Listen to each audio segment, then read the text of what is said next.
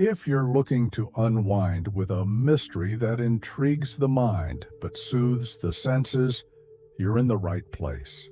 Tonight, you'll step into the soft lamplight of Victorian London, where whispers of curiosity drift through foggy streets and nothing is ever quite what it seems.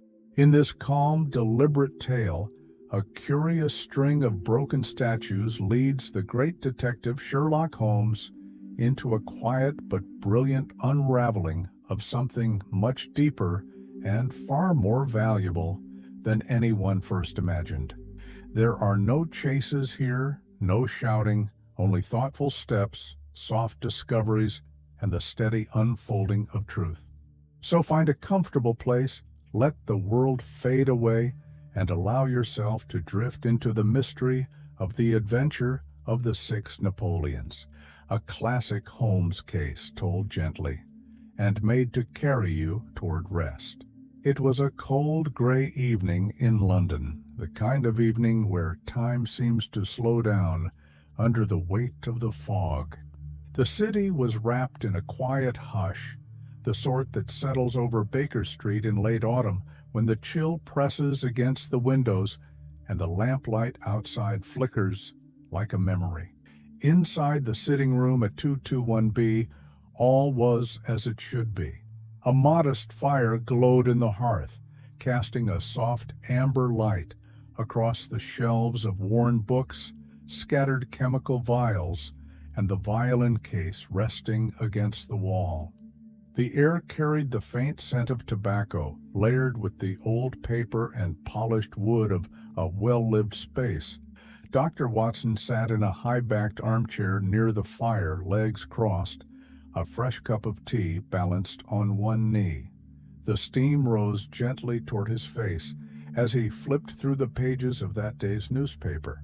Across from him, Sherlock Holmes was unusually quiet, leaning slightly forward in his chair, eyes narrowed on a small glass vial containing a cloudy liquid.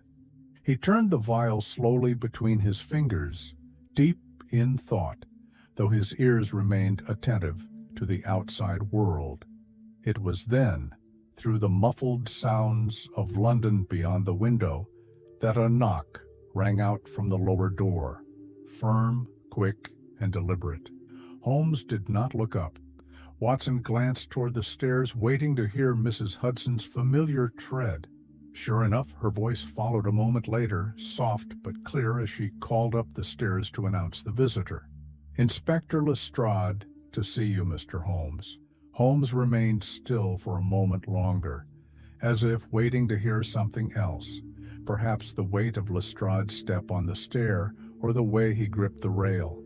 Then, as if satisfied with whatever he discerned, Holmes gave a slight nod and told Mrs. Hudson to send him up.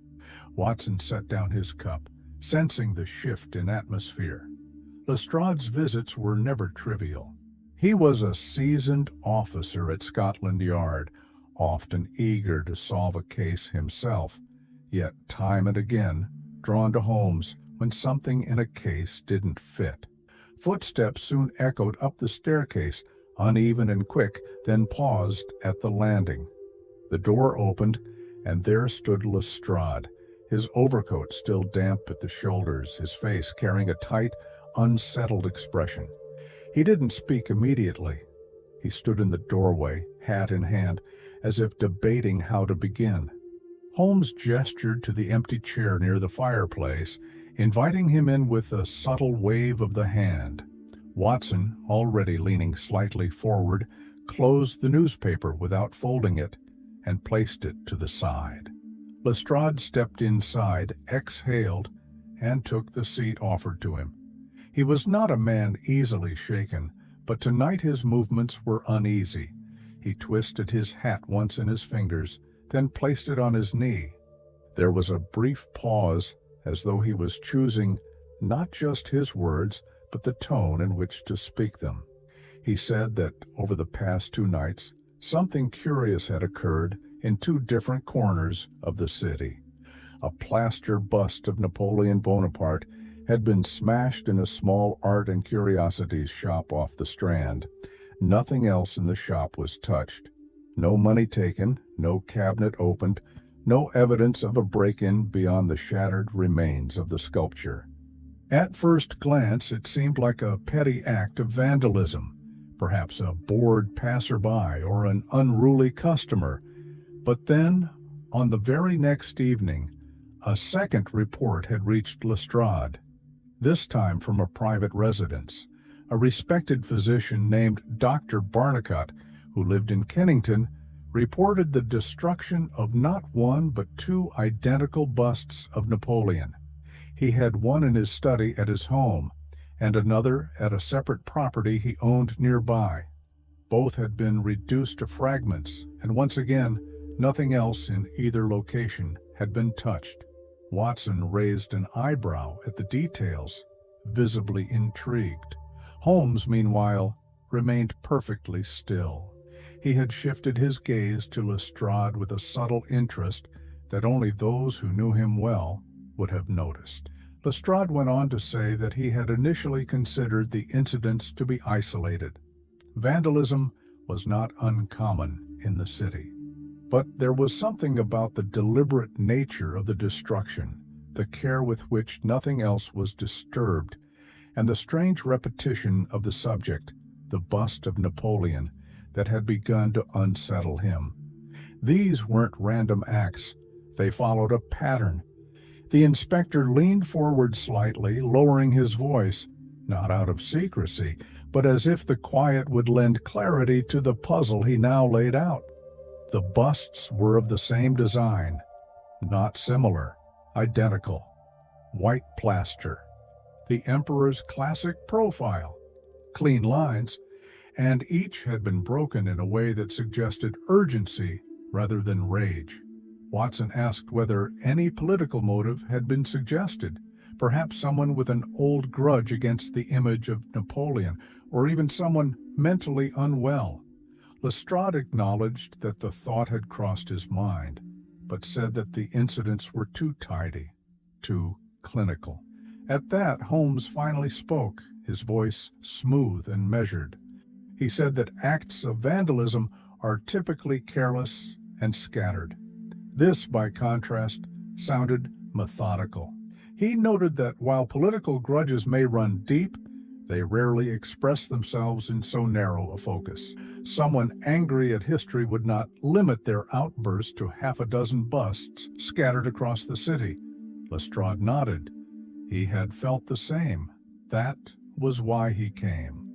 Holmes stood slowly, walking over to the fireplace, his hands behind his back.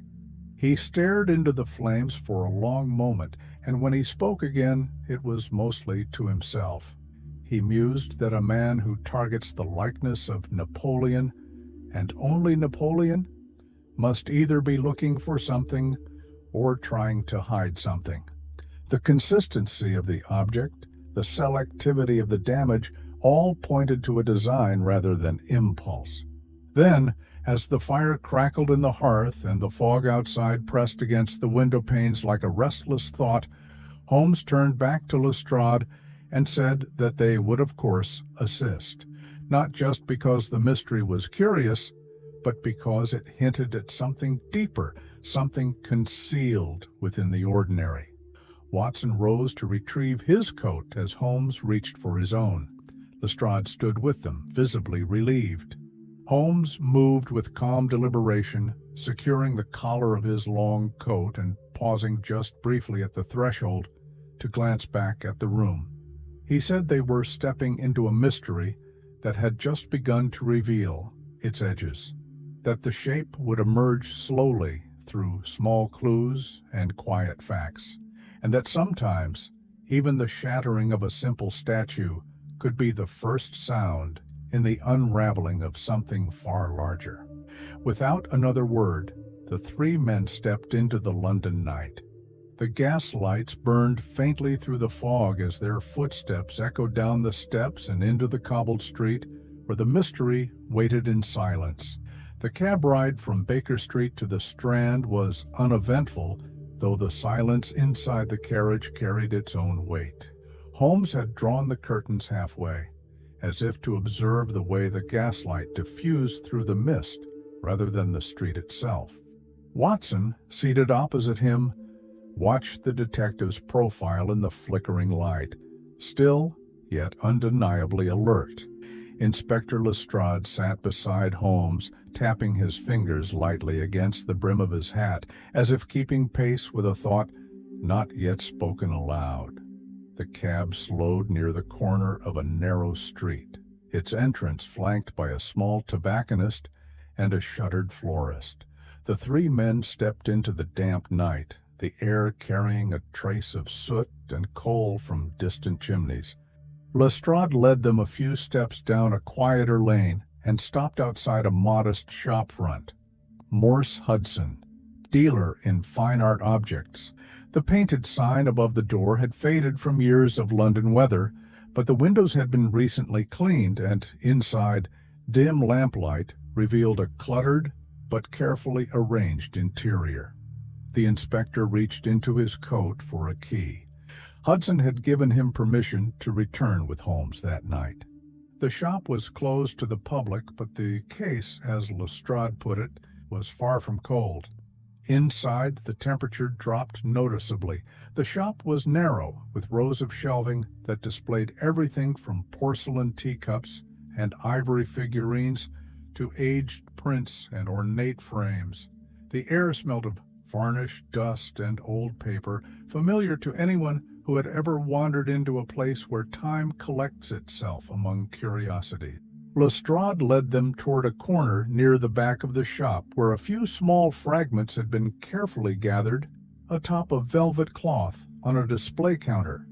Broken pieces of white plaster, some no larger than a coin, others still bearing the gentle curve of a sculpted cheekbone or the lines of a military collar. A label had been placed beside them, as if Morse Hudson had already begun preparing the pieces for examination. Holmes leaned in, his eyes scanning each fragment without yet touching them. Then, with the careful precision of a surgeon, he selected one piece, a sliver, bearing the faint outline of Napoleon's laurel crown. He turned it gently between his fingers, then set it down and moved to the empty shelf from where it had come. Hudson had been quite clear in his statement, Lestrade said. The bust had been intact when he closed up the shop that evening. The front door was locked, no signs of forced entry. Yet, in the morning, the sculpture lay shattered on the floor, its remains collected just beneath where it had once stood. There was only one possible point of entry, a small window at the rear of the shop, left cracked open for ventilation, no larger than a man's head, and partially obstructed by shelving. Whoever entered had done so with remarkable care. Holmes asked whether anything else had been disturbed. Lestrade confirmed what he already suspected, nothing at all. Not the cash box, not the other figurines, not even a small stack of rare lithographs displayed just inches from where the bust had stood.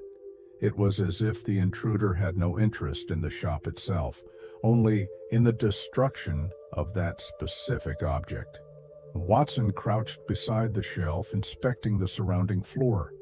A small patch of fine white dust was visible along the edge of the wooden baseboard, likely from the force of the bust's fall.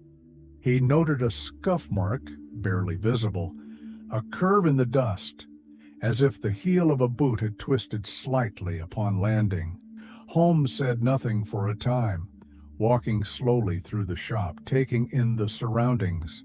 He noted the positioning of the shelving, the limited space between the counters, the arrangement of fragile objects designed to discourage hasty movement. Then he returned to the fragments and studied them again.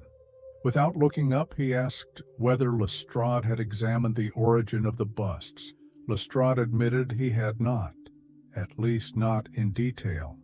Morse Hudson had purchased them as part of a small shipment of decorative items some weeks prior.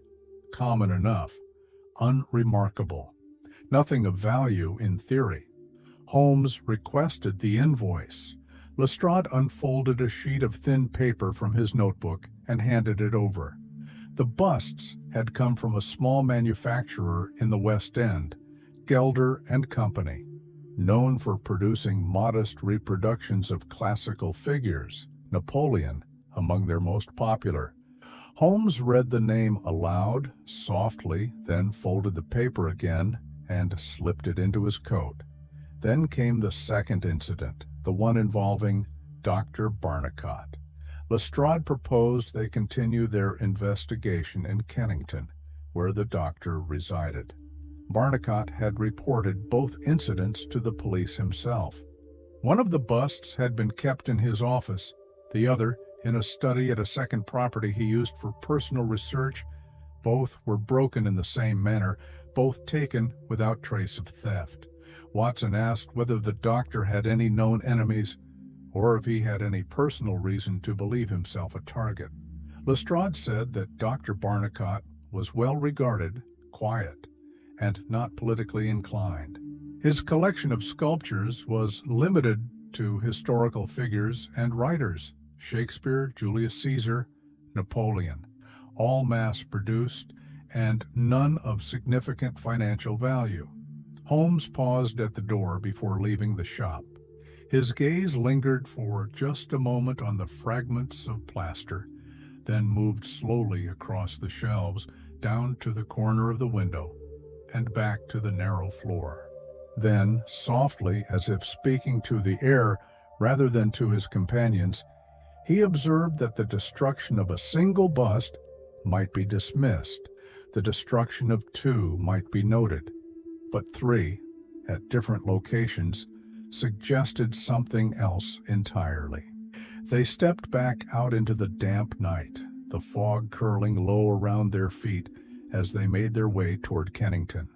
Holmes was quiet once more, though Watson could sense the workings of thought behind the stillness. There was something about the calm way Holmes observed these fragments of destruction, something in the patience with which he measured the details, that suggested the beginnings of a puzzle already taking shape. The wind whispered through the alley as they passed, brushing against the brick walls and rustling a loose scrap of newspaper caught between the rails. The city seemed to hold its breath, and somewhere, perhaps far across the city, another bust of Napoleon waited, whole for now, but not for long. The journey from the Strand to Kennington took them through quieter, broader streets. As they passed under the flickering gas lamps, Holmes sat forward in the cab, not speaking, but not idle either. His eyes moved, cataloging what others might overlook: the rhythm of foot traffic thinning with the hour, the muddy wheel tracks at intersections, the occasional shop shutter drawn hastily and unevenly. All the while the city exhaled its breath into the night, casting smoke and fog in equal measure across rooftops and chimneys. Dr. Barnicot's main residence was a handsome, semi-detached house on a well-kept street, lined with iron railings and the bare black branches of late autumn trees. The windows glowed faintly from within, not yet shuttered, giving the impression of a house where activity lingered, even after the hour had turned late. Lestrade led the way to the door and knocked firmly. A few moments passed before the latch turned and a tall, angular man in his 50s opened it, spectacles perched halfway down his nose, a robe tied loosely over a high-collared shirt. Dr. Horace Barnicot, despite the surprise of a late evening call, maintained the composed manner of a man used to sudden interruptions. As he ushered them inside, he glanced toward the coat rack by the stairs and then offered a short, practiced apology for the state of the house, which was, in truth, immaculate. The sitting room into which they were led bore signs of quiet intellect. Books lined every visible wall, ordered not by size or color, but seemingly by subject or chronology. A bust of Shakespeare rested in one corner atop a short bookcase, and in another corner sat a small writing desk, neatly arranged with paper, ink, and a lamp casting golden light over its surface. Dr. Barnicot had heard from Lestrade earlier in the day, and though still perplexed by the incident, he had begun to calm. He explained that the first of his busts, the one broken the previous evening, had been placed in the small study of his second property, a modest townhouse used primarily for reading and occasional consultations. The second bust, nearly identical, had stood on the mantelpiece of his home study, right across from where they now stood. It had been smashed that morning. There was no sign of forced entry. The housekeeper had discovered the fragments while dusting. She had assumed at first that it had fallen by accident, but the edges of the remaining pieces, sharp and precise, told a different story. The object had been struck, cleanly, with purpose. Holmes walked over to the empty mantel, pausing there as if listening. Then he crouched down and examined the marble surface. He reached into his coat and drew out a small magnifying glass, which he used to scan the corner nearest the window. Lestrade watched quietly as Holmes worked. Watson, meanwhile, asked Barnicot how long ago he had acquired the busts. The doctor replied that it had been little more than 3 weeks. He had seen them displayed in Morse Hudson's shop during a walk through the Strand, and as a lifelong admirer of Napoleon's strategic brilliance, he had purchased 2, one for each study. Inexpensive, decorative, nothing more.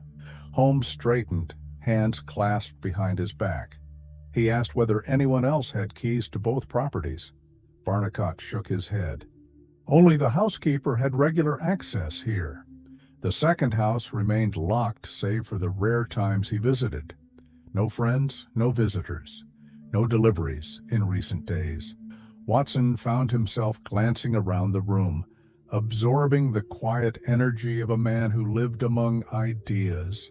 Barnicot was not a man of luxury, nor was he careless. Everything in the house suggested order, reason, and solitude. Yet someone had entered twice and targeted the same item, leaving all else untouched. Holmes asked one final question before they left. Had the doctor ever heard of others possessing similar busts? Barnicot replied that Morse Hudson had at least one other copy in his shop window at the time, but beyond that, he had no knowledge. The night deepened as they left Barnicot's home, returning briefly to the cab. Holmes requested a detour, not to Baker Street, but to the second property, the smaller townhouse where the first bust had been broken. Lestrade hesitated for a moment, but then gave instructions to the driver. Holmes remained silent the entire ride, his fingers steepled before him, lost in thought. The second property was on a narrower lane, quieter still. The house stood alone among several others of similar design, its windows dark. Barnicot had given them the key earlier, and Lestrade unlocked the door with care. Inside, the air was colder, the atmosphere different, emptier. Holmes entered first, his footsteps measured. The study was at the back of the house, a small room with a single desk and several chairs. A shattered pile of plaster lay near the wall, untouched since the discovery. Holmes knelt by it, examining the fragments carefully. After a moment, he removed a small pair of tweezers and extracted from between 2 pieces of plaster what looked like a single dark hair. He held it to the light, then slid it carefully into an envelope. Watson watched as Holmes rose and moved toward the window. It had been unlocked from within, the latch slightly loose. Holmes tried it, noting how quietly it opened. Outside, the ground was soft from recent rain. A trail of small indentations led to the side alley, barely visible to the untrained eye. Holmes turned back to the room and scanned its layout once more. Then he spoke softly, almost to himself. He said the pattern was clear now. These were not the acts of a man with a grievance. They were not protest nor passion. They were acts of retrieval. Lestrade asked what exactly was being retrieved. Holmes did not answer. Instead, he glanced down once more at the broken plaster, then stepped back, his coat brushing the edge of the doorframe. He said it was time they visited the manufacturer. He wanted to know just how many busts of Napoleon had been made and where they had gone. Morning in London came gently, softened by a pale overcast sky and the lingering hush of the previous night's rain.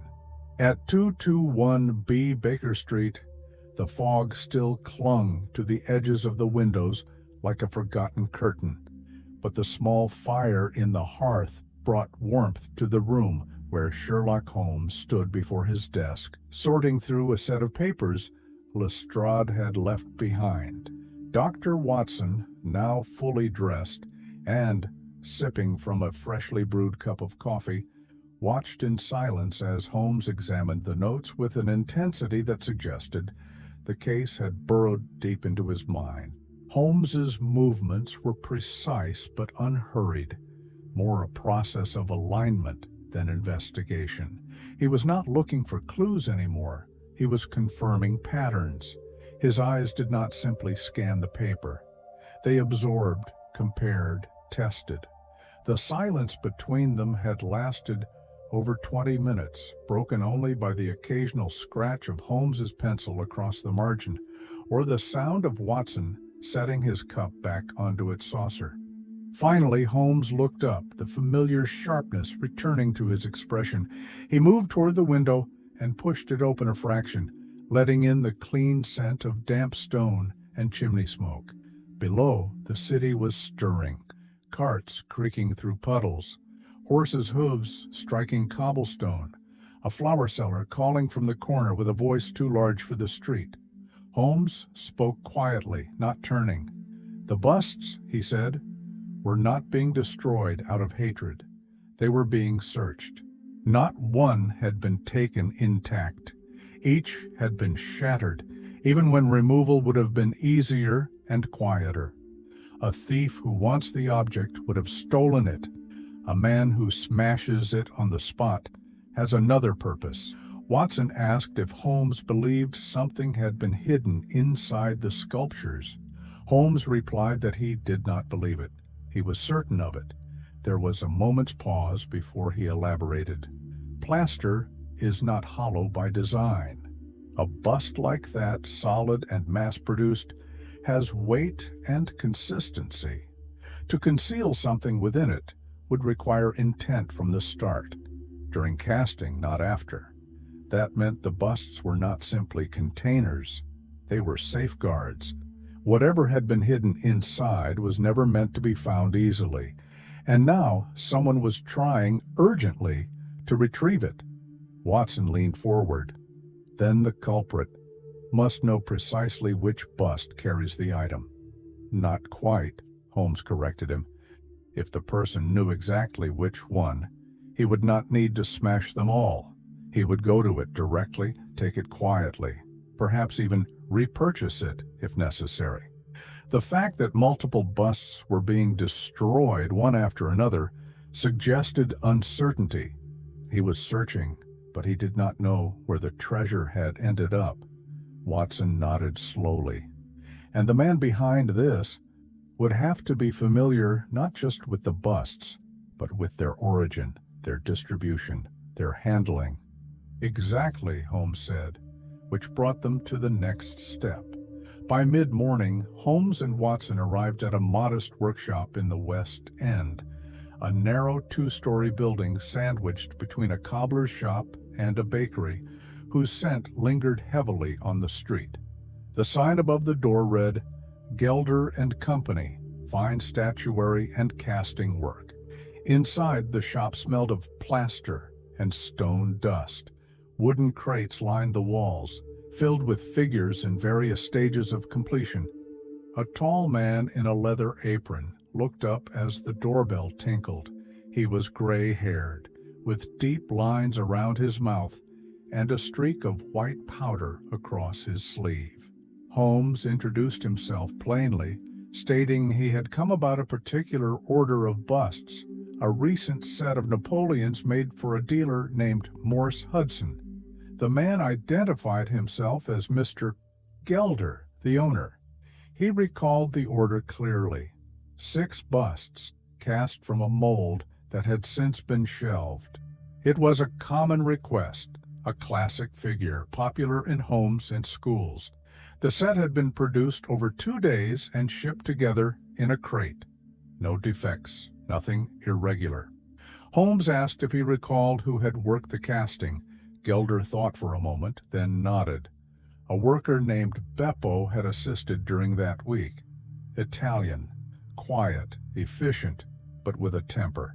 He had been let go shortly after due to an unrelated altercation. Something to do with a fight on the street. A knife involved, though details were hazy. Beppo had been jailed for a short time afterward. Gelder hadn't seen him since. Holmes's eyes did not flicker, but Watson noticed the slight straightening of his back. Had anyone else had access to the busts before shipment? Holmes inquired. Any delays? Unusual storage? No. The figures had gone straight from casting to drying to packaging. The entire process was supervised but not guarded. It was, after all, routine work. Holmes thanked the man and stepped outside, Watson following. On the pavement, Holmes stood still for a long moment, gazing across the street. Then he turned to Watson and said that the name Beppo was unfamiliar to him, but it would not be for long. The significance was becoming clearer by the hour. The person smashing these busts knew one thing for certain. The object he sought was inside one of 6 figures. He did not know which one, but he had no choice but to find it, and time was against him. Watson asked the next question, almost instinctively. If Beppo had hidden something inside a bust, what could it be? Holmes did not answer, not yet. But his eyes, always unreadable, carried a flicker of anticipation.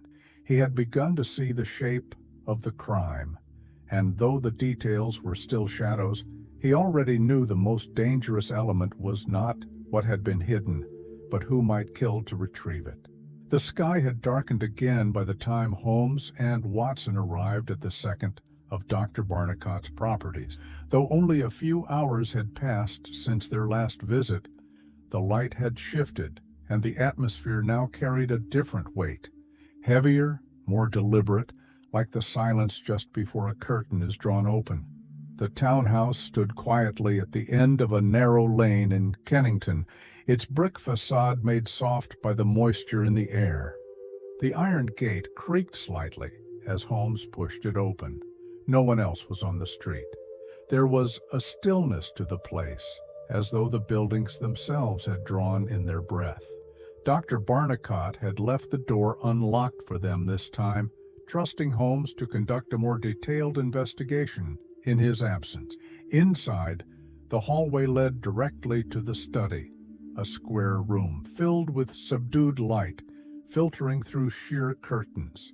The broken remains of the bust still lay where they had been discovered, on the floor beneath a small side table near the window. A few larger pieces had been carefully gathered by the housekeeper, but Holmes had requested they be left untouched. Holmes entered without hesitation, stepping over the threshold and into the heart of the mystery. He lowered himself to one knee, examining the plaster fragments with the same intense focus he had shown at Morse Hudson's shop. Each shard told part of a story, edges where force had split the cast cleanly, sections where internal air pockets had exposed themselves during the break. But Holmes was not studying the structure. He was searching for something else. Watson, standing quietly by the doorway, observed his friend's movements. Holmes handled each piece gently, tilting one, brushing dust from another, examining the interior surface of the sculpture's base. Then he paused. There was a peculiar indentation near the base fragment, barely visible, as though something had once been pressed into the wet plaster and then withdrawn. Holmes pressed his finger lightly against it, then drew a small caliper from his coat pocket and measured the cavity. Roughly the size of a pearl, he murmured. perhaps a gemstone. Certainly nothing larger. Watson's eyes narrowed. You think the bust once contained it? Holmes nodded slightly. The shape of the indentation and its placement within the structure made it clear it had been concealed during the casting, not inserted afterward. Whoever placed it there had done so with the knowledge that it would not be found by anyone who did not already suspect its presence. Holmes moved next to the small window near the table. He examined the sill, the latch, and the narrow strip of earth just outside. A single scuff mark was visible on the wooden frame, new, clean, as if made recently by the edge of a boot. Then he turned his attention to the inside of the latch mechanism, a faint trace of abrasion, as if the window had been forced open with something thin and narrow, perhaps a blade. Someone had entered this house during the night, bypassed the door entirely, gone directly to the study, and destroyed the bust without disturbing anything else. The intruder had known exactly where it was, and exactly what he was looking for. Holmes stood dusting off his knees. He asked Watson to step carefully around the edge of the room and inspect the skirting board near the base of the window. Watson, following his friend's instructions, noted a trail of pale dust, a fine line that ran from the window to the broken fragments, then stopped suddenly, as though the intruder had stood still for some time before striking the bust. There was no sign of a struggle, no signs of haste. The act had been clean, quiet, and deliberate. That fact, Holmes remarked, suggested a level of discipline. The man was not merely desperate, he was calculated.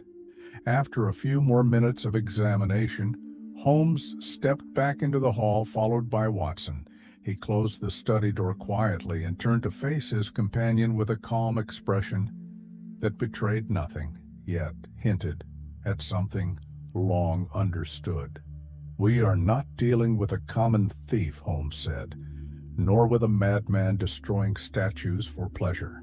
This is a hunter, methodical and precise. The trail is narrow, and he knows it. He cannot afford to miss. They exited the townhouse and stood once more on the quiet lane.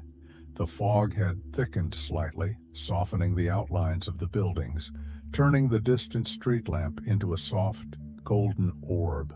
Holmes paused at the gate and looked up toward the roofline, as if measuring the depth of the world in which they now found themselves. We now have 4 busts accounted for, he said. 1 at Morse Hudson's shop, 2 owned by Dr. Barnicot, all destroyed. That leaves 2 more. Watson asked where the others had gone. That, Holmes replied, is what we must now determine. As they walked back toward the waiting cab, Holmes remained silent, deep in thought.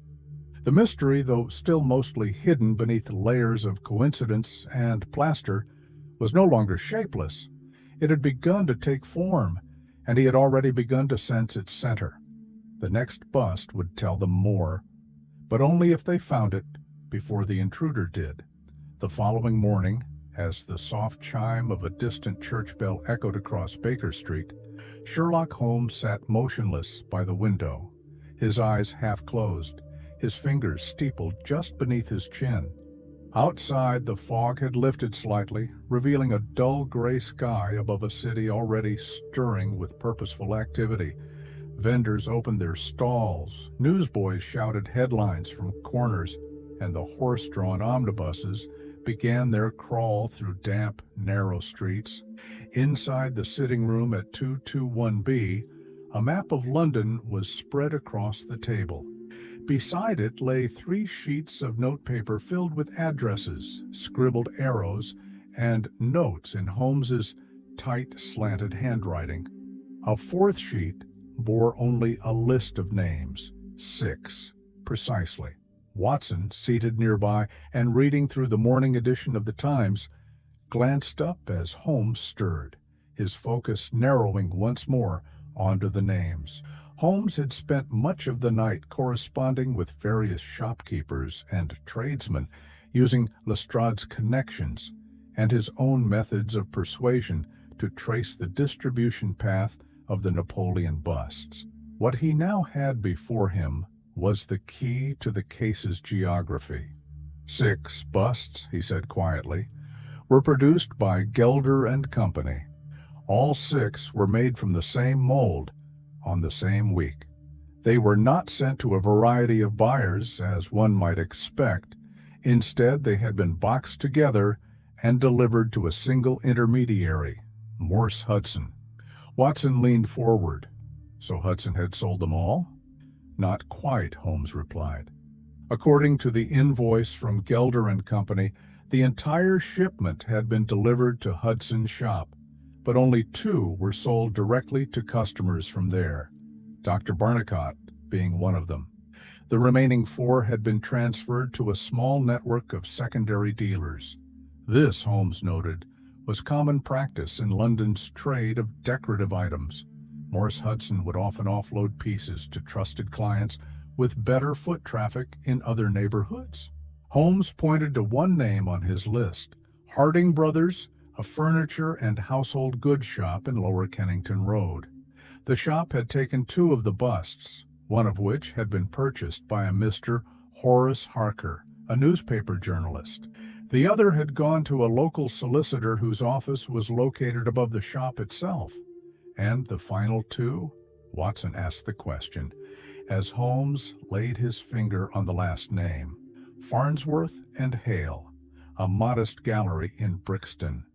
They had received the 6th and final bust. Records showed it had been sold days later to a woman whose name the gallery did not record. Common, Holmes admitted, for lower value sales. That missing name, he said, is our last uncertainty, but it may not remain uncertain for long. The pattern was emerging more clearly now. The busts had moved quickly after leaving Hudson's shop. 4 had already been destroyed, 1 at Hudson's, 2 owned by Barnicot, and a 4th, Holmes strongly suspected, would be the one now in possession of Horace Harker. The journalist lived on Kennington Road, a location close to where the 4th known attack had occurred. Holmes rose, gathered the pages, and folded them into his coat pocket. Time is the enemy now, he said. He turned to Watson and gestured for his coat. The man we are pursuing does not need to search forever. He has a limited list of targets. If he is as methodical as I believe, he will have made the same calculations by now. Every hour matters. They left Baker Street just after 9:30, heading by cab toward the address of Horace Harker. As they moved through the streets, Holmes shared more of his reasoning, his voice quiet, but clear above the sound of wheels on wet stone. The busts had been created under normal conditions, but one of them, he believed, had been tampered with, either during casting or immediately afterward. Beppo, the Italian worker at Gelder and Company, had the opportunity. And Beppo, as Holmes had learned through a brief search of criminal records, had a history of violence, a known association with elements of the Italian underworld in London, and a short sentence served in Wandsworth Prison. What if, Holmes asked aloud, Beppo had stolen something? Something small, easily hidden, but immensely valuable. And what if, in the moments before his arrest, he had hidden that item inside the one place no one would look, a plaster bust destined for a city where such items passed hands without question? Watson did not reply. He could see it now. The search, the destruction, the desperation. A man released from prison only to discover the object he had hidden was no longer where he left it. He had no names, no addresses, only the trail of his own past, which had now been obscured by time and commerce. When they arrived at Kennington Road, Holmes stepped out first, scanning the facades of the buildings with an analytical calm.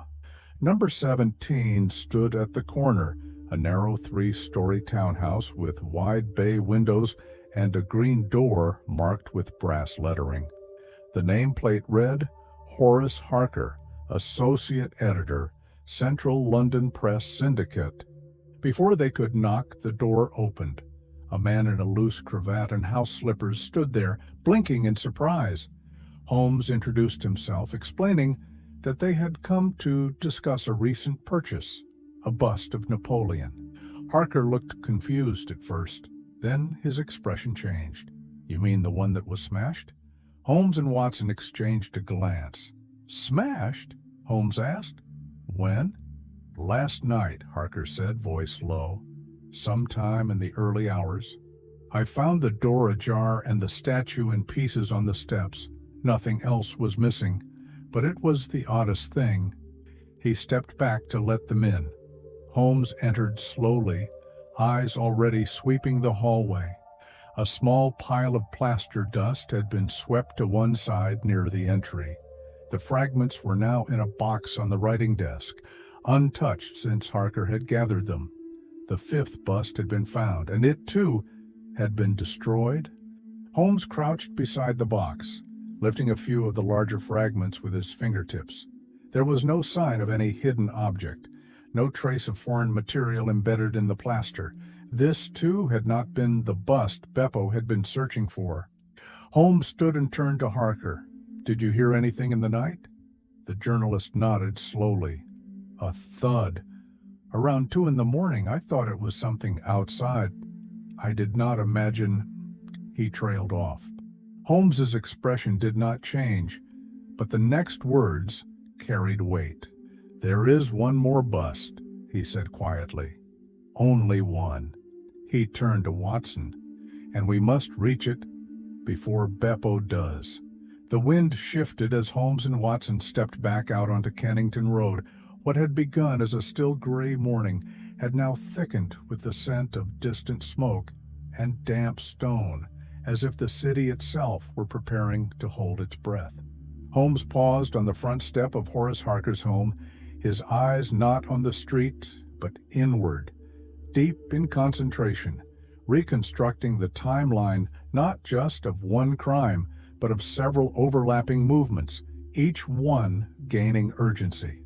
There was something troubling in the speed of it all. The fifth bust had been broken, this time in plain sight, right at the threshold of the journalist's home, not concealed, not cautious. Beppo had grown reckless or desperate. Holmes turned abruptly and began walking along the pavement, hands behind his back, his pace quickening. Watson followed, used to this rhythm by now, the way Holmes needed space to think, to align instinct with deduction. They passed the corner and rounded into a side street where the cab waited. Holmes gave the driver an address, a small lodging house on Kennington Road, just 2 blocks away. It was the last known address of the solicitor who had purchased the 6th bust, according to the records Holmes had compiled from Gelder and Company. But as the cab turned into the street, they saw the cluster of uniforms before the driver could bring the horses to a full stop. 3 constables stood at the entrance of a brick row house. Yellow tape had been hastily strung across the doorway, fluttering faintly in the breeze.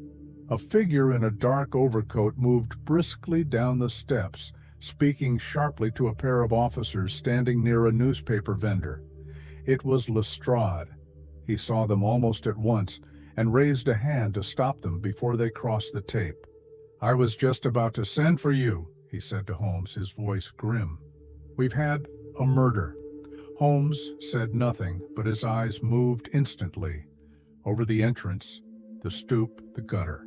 There, beside the iron railing, lay the pale remains of plaster fragments, scattered across the steps like the remnants of a broken thought. The 6th bust had been smashed. Lestrade led them inside. The house itself was quiet, the air heavier than it had any right to be.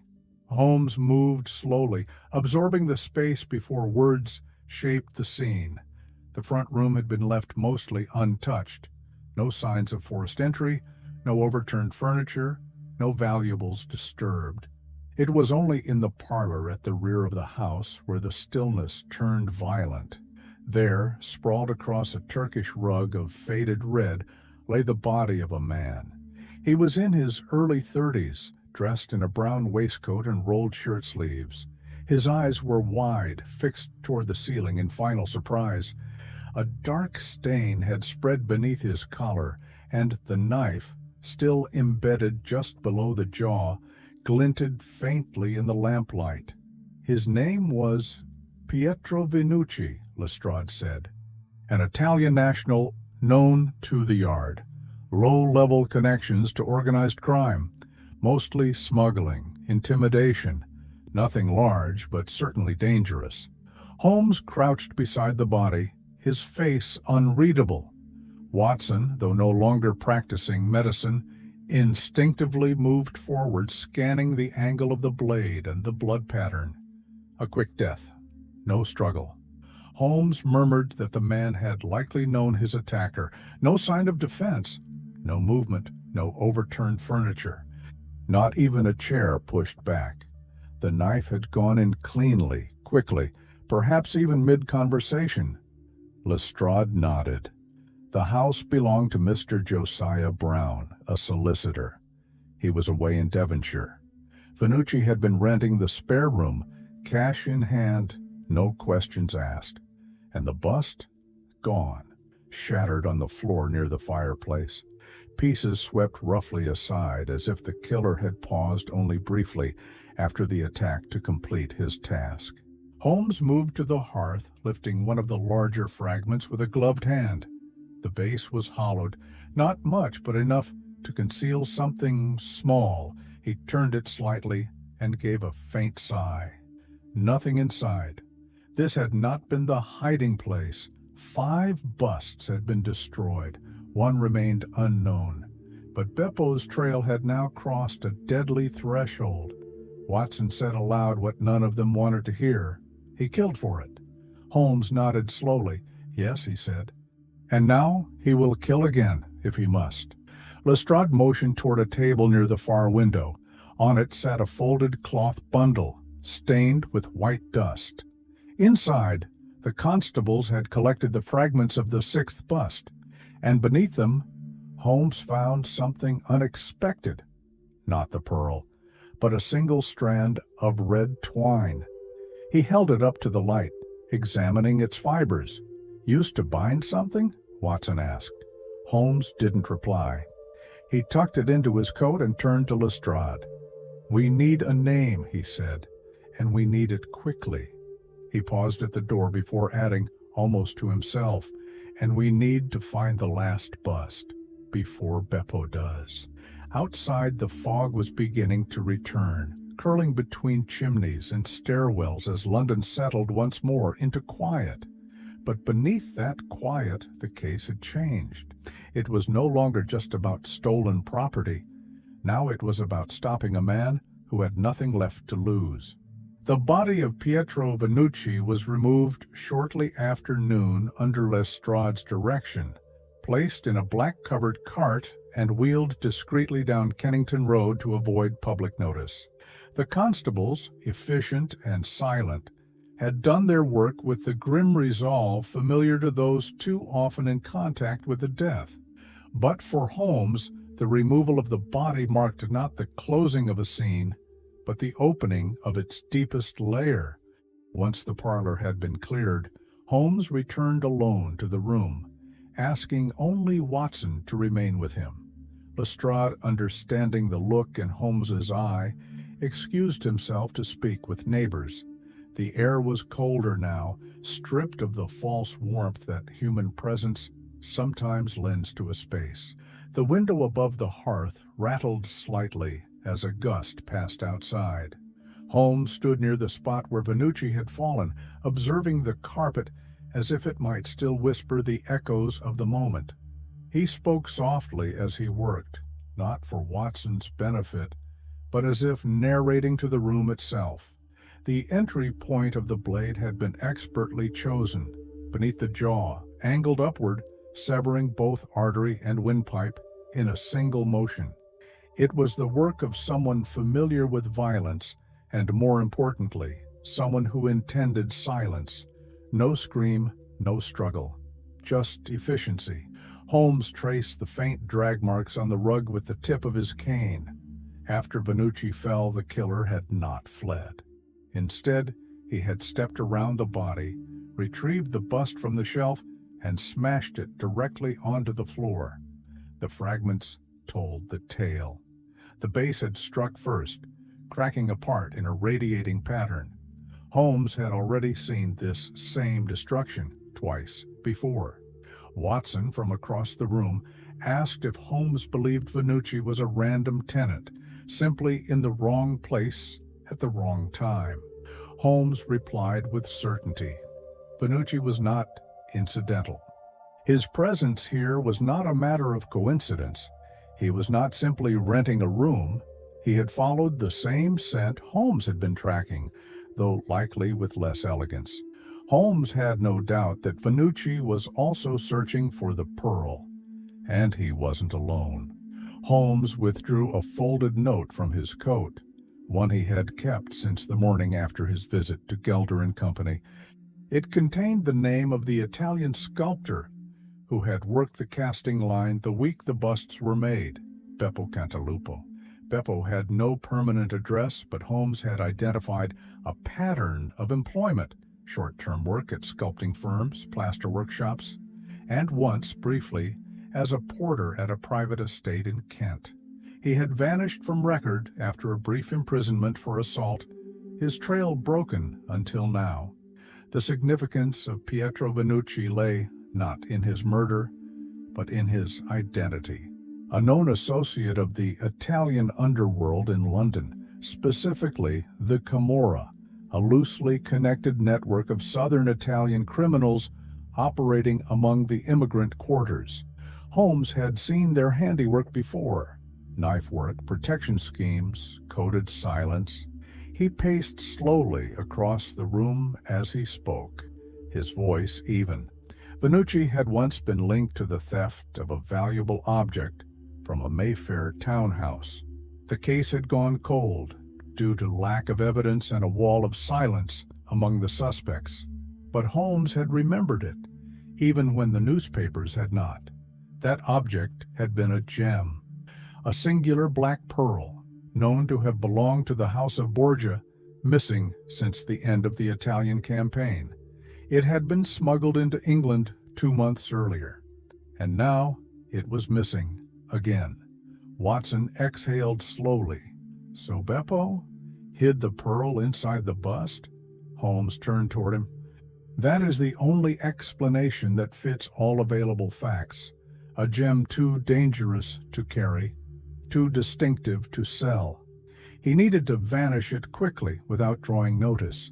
The busts were in production. He had access. He slipped the pearl into one of them, knowing it would be sealed in plaster, then delivered to a network of shops where it would go unnoticed.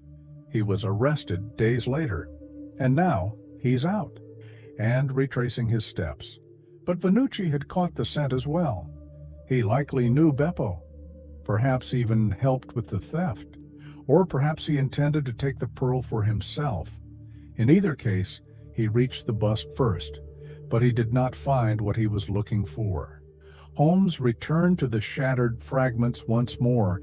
He picked up a small piece from the edge, just under the chin. The plaster was thin here, but consistent. No tampering, no cavity, not the hiding place. He set the piece down gently and faced Watson again. Vannucci paid with his life for coming too close. Beppo is growing more dangerous with each failure. He has lost time, lost certainty, and now his patience. Watson asked what came next. Holmes answered without pause. We find Beppo before he finds the last bust. He motioned toward the door and retrieved his coat. We must return to the source again, not to Gelder and Company, but to the man who sold the final 2 pieces, Morse Hudson. I want to know exactly to whom those busts went, because only one remains, and Beppo is closing in. The rain returned as the afternoon settled into a dim, silver gloom. London's skyline became a series of blurred outlines beneath a steady drizzle, and the sound of wheels splashing through puddles filled the narrow lanes around the Strand. Holmes and Watson moved quickly through the streets, their coats turned up against the wet, determined to speak again with the man who had unwittingly set this entire sequence of events into motion. Morse Hudson. The shop was smaller than Watson remembered, tucked beneath the overhang of an aging brick building, its windows fogged from the inside. The display had changed slightly since their last visit. A porcelain vase now occupied the space where one of the busts had once stood. There were no Napoleons in sight. Morse Hudson answered the door himself, wiping his hands on a cloth. He was a wiry man with restless eyes, his shirt sleeves rolled and stained with dust from unpacking goods. When he saw Holmes, he stiffened, not in fear, but in recognition of trouble. He let them in and closed the door behind them. Holmes wasted no time. He spoke with the precision of a man who already knew the answer to the question he was about to ask. "You sold 6 busts of Napoleon. 2 went to Dr. Barnicot. The other 4? Hudson blinked, already uncomfortable. "I had them all at once," he admitted. "Moved them quickly. 2 to Barnicot, yes. 2 more I passed to Harding Brothers. The last pair, well, I sold them within a few days. 1 to a journalist fellow, Harker. You mentioned him before. The 6th, let me think." He moved to a small ledger beneath the counter and began flipping through pages, his finger trailing along rows of cramped handwriting. Holmes and Watson stood silently, the weight of the moment hovering just above the shelves. "Here it is," Hudson said at last. "A cash sale. I didn't take the name, but I remember her. Middle-aged woman, plain dress, spoke with a northern accent. Bought the bust as a gift. Said her sister liked historical figures. Watson asked if she had mentioned where she lived. Hudson shook his head. She paid and left. That was weeks ago." Holmes leaned in slightly. "You're sure it was a woman?" "Absolutely. Came in late afternoon. Said it was a birthday present. I offered her a Shakespeare bust, but she pointed straight at Napoleon." "Did she carry it out herself?" "No, I had one of the boys deliver it. Young Thomas lives just off Brixton Hill. I can send for him if you like." Holmes gave a rare nod of satisfaction. "Please do. Now." Hudson stepped into the rear of the shop and gave a quick shout. A few moments later, a boy of about 15 entered. Mud on his boots, cap tilted to one side. He looked from Holmes to Watson with a mix of awe and caution. Holmes smiled faintly and addressed him directly, voice low and measured. "You made a delivery from this shop, a bust of Napoleon, about 3 weeks ago. Do you remember where?" The boy's eyes lit up. He did. "Yes, sir. Brixton Road. Number 53, upstairs flat. Woman with a cat. She gave me a halfpenny for carrying it up the stairs." Holmes's eyes sharpened. "And the name?" "She had one of those signs in the window, sir. It said, 'Miss Susan Brown, music lessons for young ladies.'" Watson let out a breath. "We have it then." Holmes turned to Hudson. "Thank you. You've done London a greater service than you realize." Back on the street, the rain had grown colder, but Holmes seemed not to notice. As they stepped into the waiting cab, Watson turned toward him. "So now we know the last location. 53 Brixton Road." Holmes nodded. "The 6th and final bust. The only one that remains. If Beppo has not already reached it, then it is our only chance to end this before another life is lost." Watson looked down the street, watching the blur of rain over rooftops. "Do you believe Beppo knows the address?" "Not precisely," Holmes replied, "but he is tracing the trail just as we are, one bust at a time. He has followed it from Morse Hudson to Harker, from Harker to the solicitors, from the solicitors to the doctors. That leaves only one." Watson frowned. "What happens if he reaches it before we do?" Holmes met his gaze. "Then Miss Susan Brown will be in very grave danger?" The cab turned down a side street, wheels slipping slightly on the slick stone. The day had grown darker, though it was not yet evening. A storm was gathering, not in the clouds, but in the city itself. Beppo, once silent and unseen, had already killed once. And now, if the pearl still lay hidden within that final bust, he would stop at nothing to retrieve it. They had hours, perhaps less. The cab rolled steadily through the southern stretches of the city, wheels cutting thin lines into rain-slicked stone, as Holmes and Watson sat in thoughtful silence. Outside, Brixton emerged gradually from the fog, less dense than the central districts, more residential, quieter, though no less haunted by London's invisible undercurrent of desperation and secrets. Holmes broke the silence first, speaking without shifting his gaze from the window. "Before we approach Miss Susan Brown, I want to confirm one final piece." Watson turned toward him, puzzled. "We already know the bust was sold to her. Do you think she's involved?" "Not at all," Holmes said. "But before I place the last move on the board, I must be absolutely certain about the board itself. There is still a single detail that could shatter this entire structure if left unchecked." Holmes signaled for the driver to redirect their route. They turned away from Brixton, instead heading northwest, back toward the West End. By the time they arrived outside Gelder and Company, the workshop street was beginning to fill with lamplight. The sun had not yet set, but the clouds hung low enough to demand artificial illumination. A faint scent of wet clay and scorched metal floated in the air, a byproduct of nearby artisans still at work in their studios. Holmes stepped down from the cab and approached the same narrow doorway they had passed through days before. This time, he did not wait for an invitation. He opened the door directly and entered, Watson close behind. Inside, the air was thick with plaster dust and the warmth of freshly fired moulds. The same elderly man from their first visit, Mr. Gelder, was bent over a workbench at the far end of the room, chiseling down a column of wet material with steady hands. He looked up as the door closed behind them, setting his tools aside with a quiet sigh. "Mr. Holmes," he said, not entirely surprised. Holmes offered a short bow of acknowledgement and moved forward. "I must ask you once more about the busts made from the Napoleon mold 3 weeks ago. You confirmed 6 were produced. I now need to know if there was any deviation, anything unusual in the material, the timing, the handling. No detail is too small."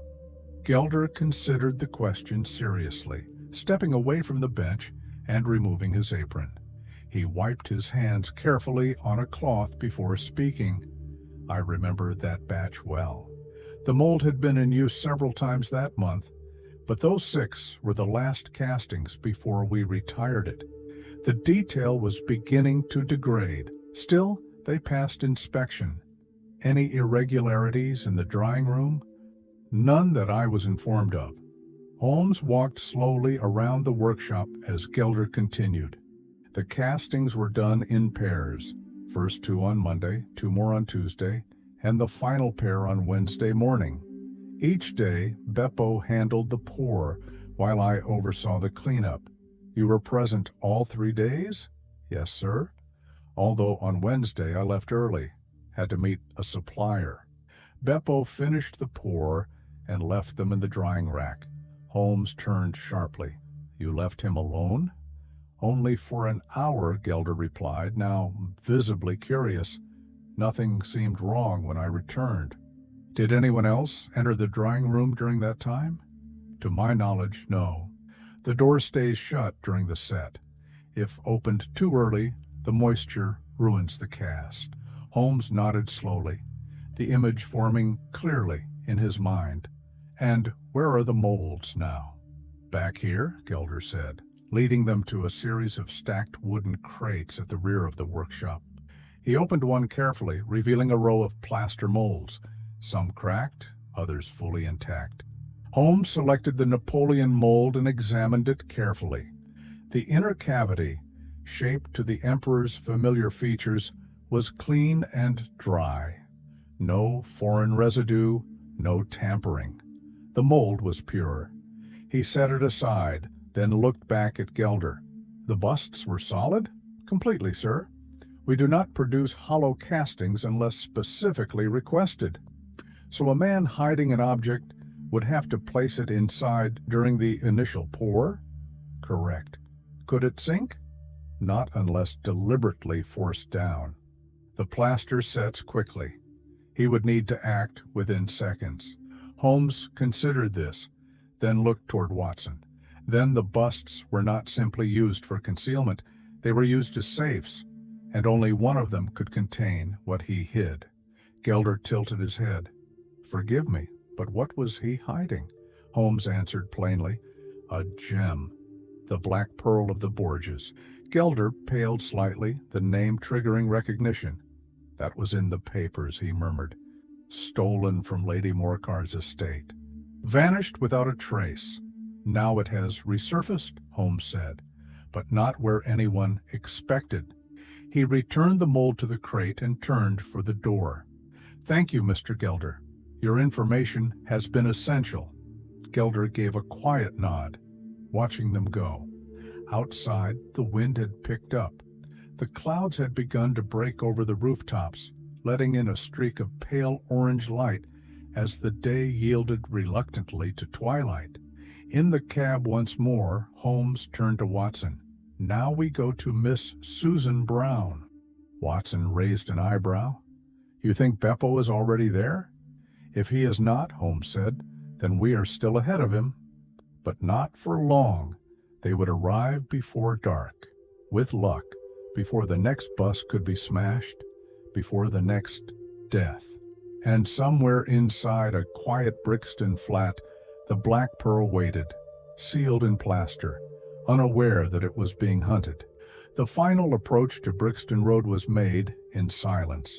The cab rattled over uneven cobblestones, its wooden frame shivering with every turn, and yet the stillness inside matched the rising tension outside.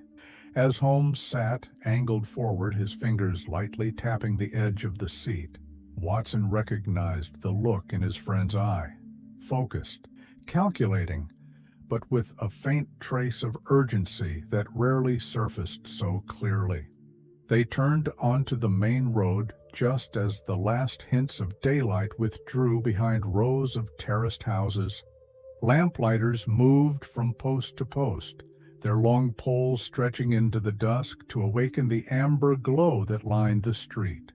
The rain had paused, but the air still smelled of stone and soot, thick and unmoved. Number 53 Brixton Road came into view, a modest two-story building with a small garden out front, framed by a low black railing. The windows glowed softly from within. A painted sign hung in the front window at a slight angle, its faded lettering just legible in the fading light. Miss Susan Brown, music lessons for young ladies. Holmes stepped down from the cab before it had fully stopped. He signaled Watson to stay behind momentarily and approached the door with a measured calm. He paused just once, inspecting the step for signs of recent activity. Nothing obvious. Then, with a quick knock, he rapped on the wood. Moments later, the door opened.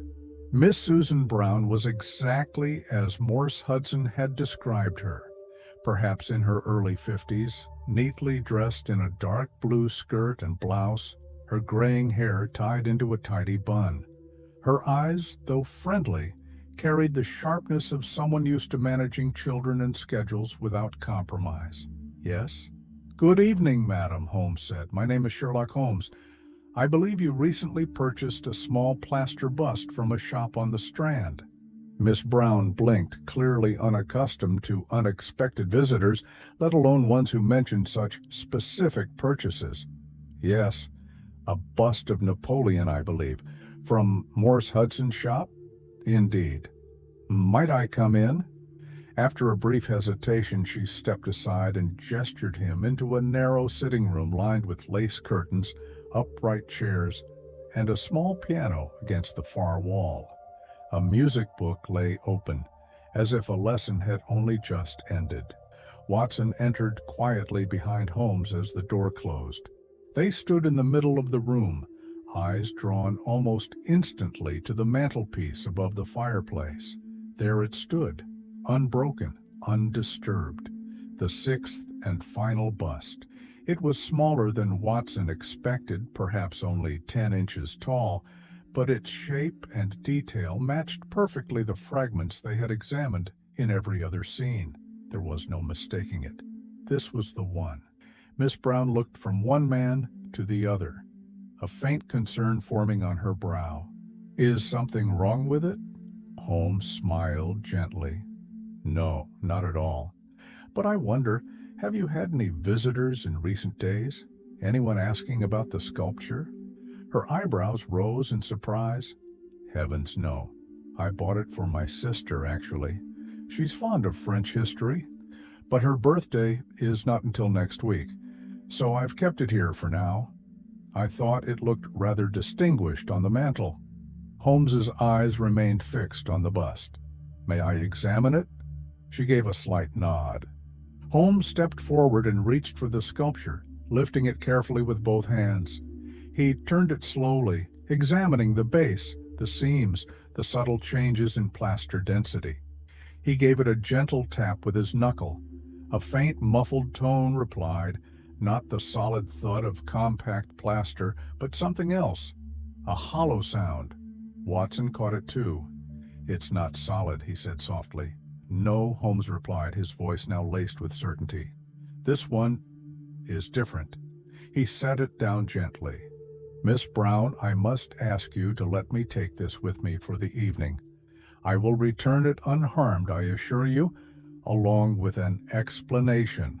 But for your safety and mine, it must be moved now." She blinked again, the color draining slightly from her face. Then, after a pause, she gave a small, resigned nod. "Very well, Mr. Holmes, if you say it's important." Holmes covered the bust in a folded cloth he had brought for the purpose and handed it carefully to Watson, who held it as though it were made of glass. As they stepped back out into the street, the fog had returned, rising in a thin veil around the base of the lampposts. The cab remained where they left it, the driver dozing lightly beneath his hat. But something had changed. Holmes stopped abruptly, his eyes scanning the street.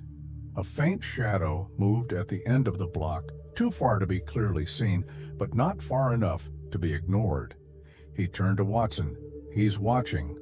Watson followed his gaze. "Beppo?" Holmes didn't answer. He didn't need to. They climbed back into the cab without a word, the bust now safely between them. As the horses began their slow return to Baker Street, Holmes pulled the curtain aside and looked once more into the fog-covered street behind them. The final bust was in their possession. And now the trap could be set. Back at 221B Baker Street, the atmosphere had shifted entirely. The sitting room, usually a sanctuary of quiet analysis, had become the epicenter of a case reaching its final, most fragile moments. The fire in the grate had burned low, but Holmes made no move to replenish it. The warmth in the room now came not from the hearth, but from the mounting clarity in Holmes's mind. He had, in essence, what he needed: a single object, 6 degrees of separation, and one criminal closing the distance with lethal resolve. The bust, still wrapped in cloth, now sat on the edge of the writing table. Watson placed it there carefully, as though any sudden movement might fracture not just the plaster, but the case itself. Holmes stood beside it, silent for several minutes, staring at it as if waiting for it to speak. Watson finally broke the quiet. "If Beppo was watching Miss Brown's flat, he must have known we retrieved it."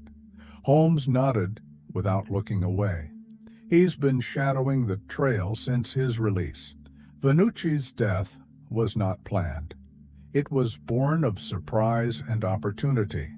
But the rest of his actions have followed the logic of a man retracing steps, crossing names off a mental list, one by one. So we've reached the end of that list? We have. Beppo now knows exactly what we know, that only one bust remains. And we've taken it from him, Watson added. Yes, Holmes said, finally turning away from the statue, and now we must make him come to us. Watson frowned.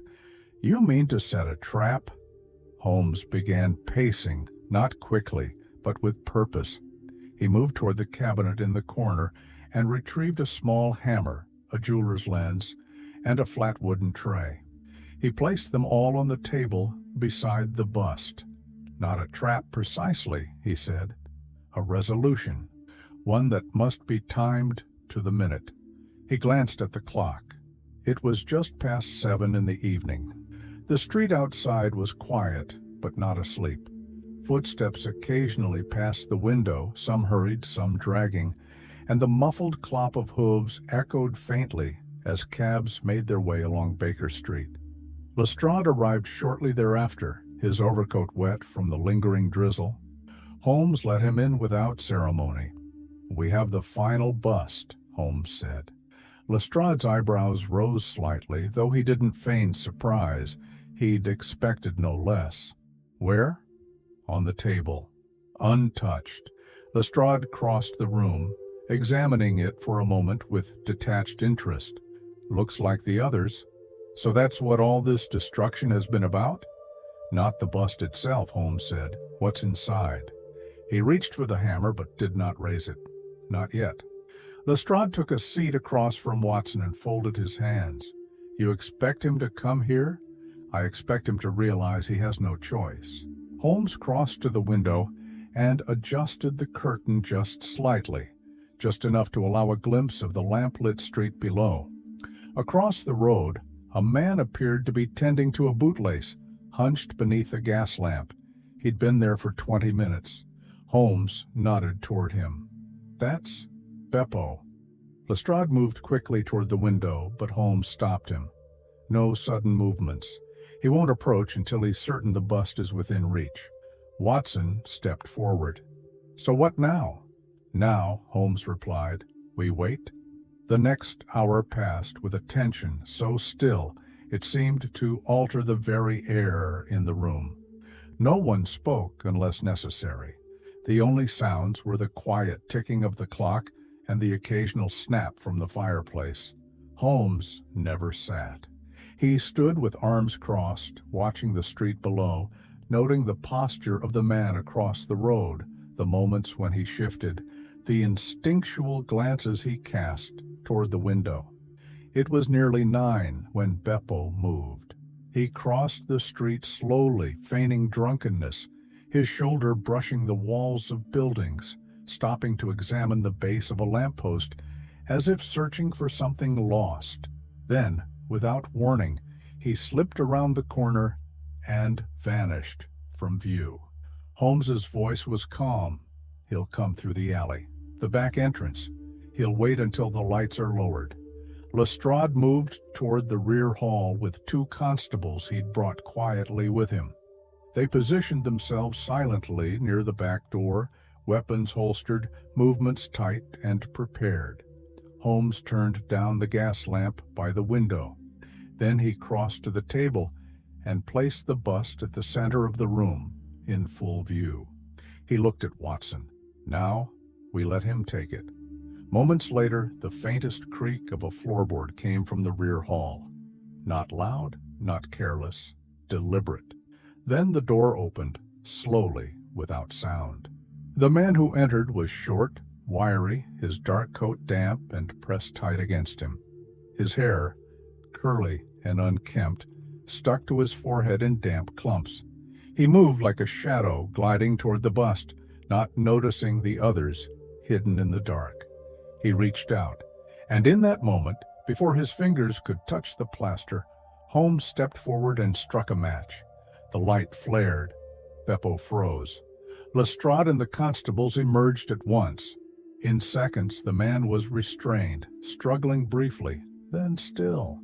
His expression, wild and cornered, darted between the faces in the room and the bust on the table. He said nothing.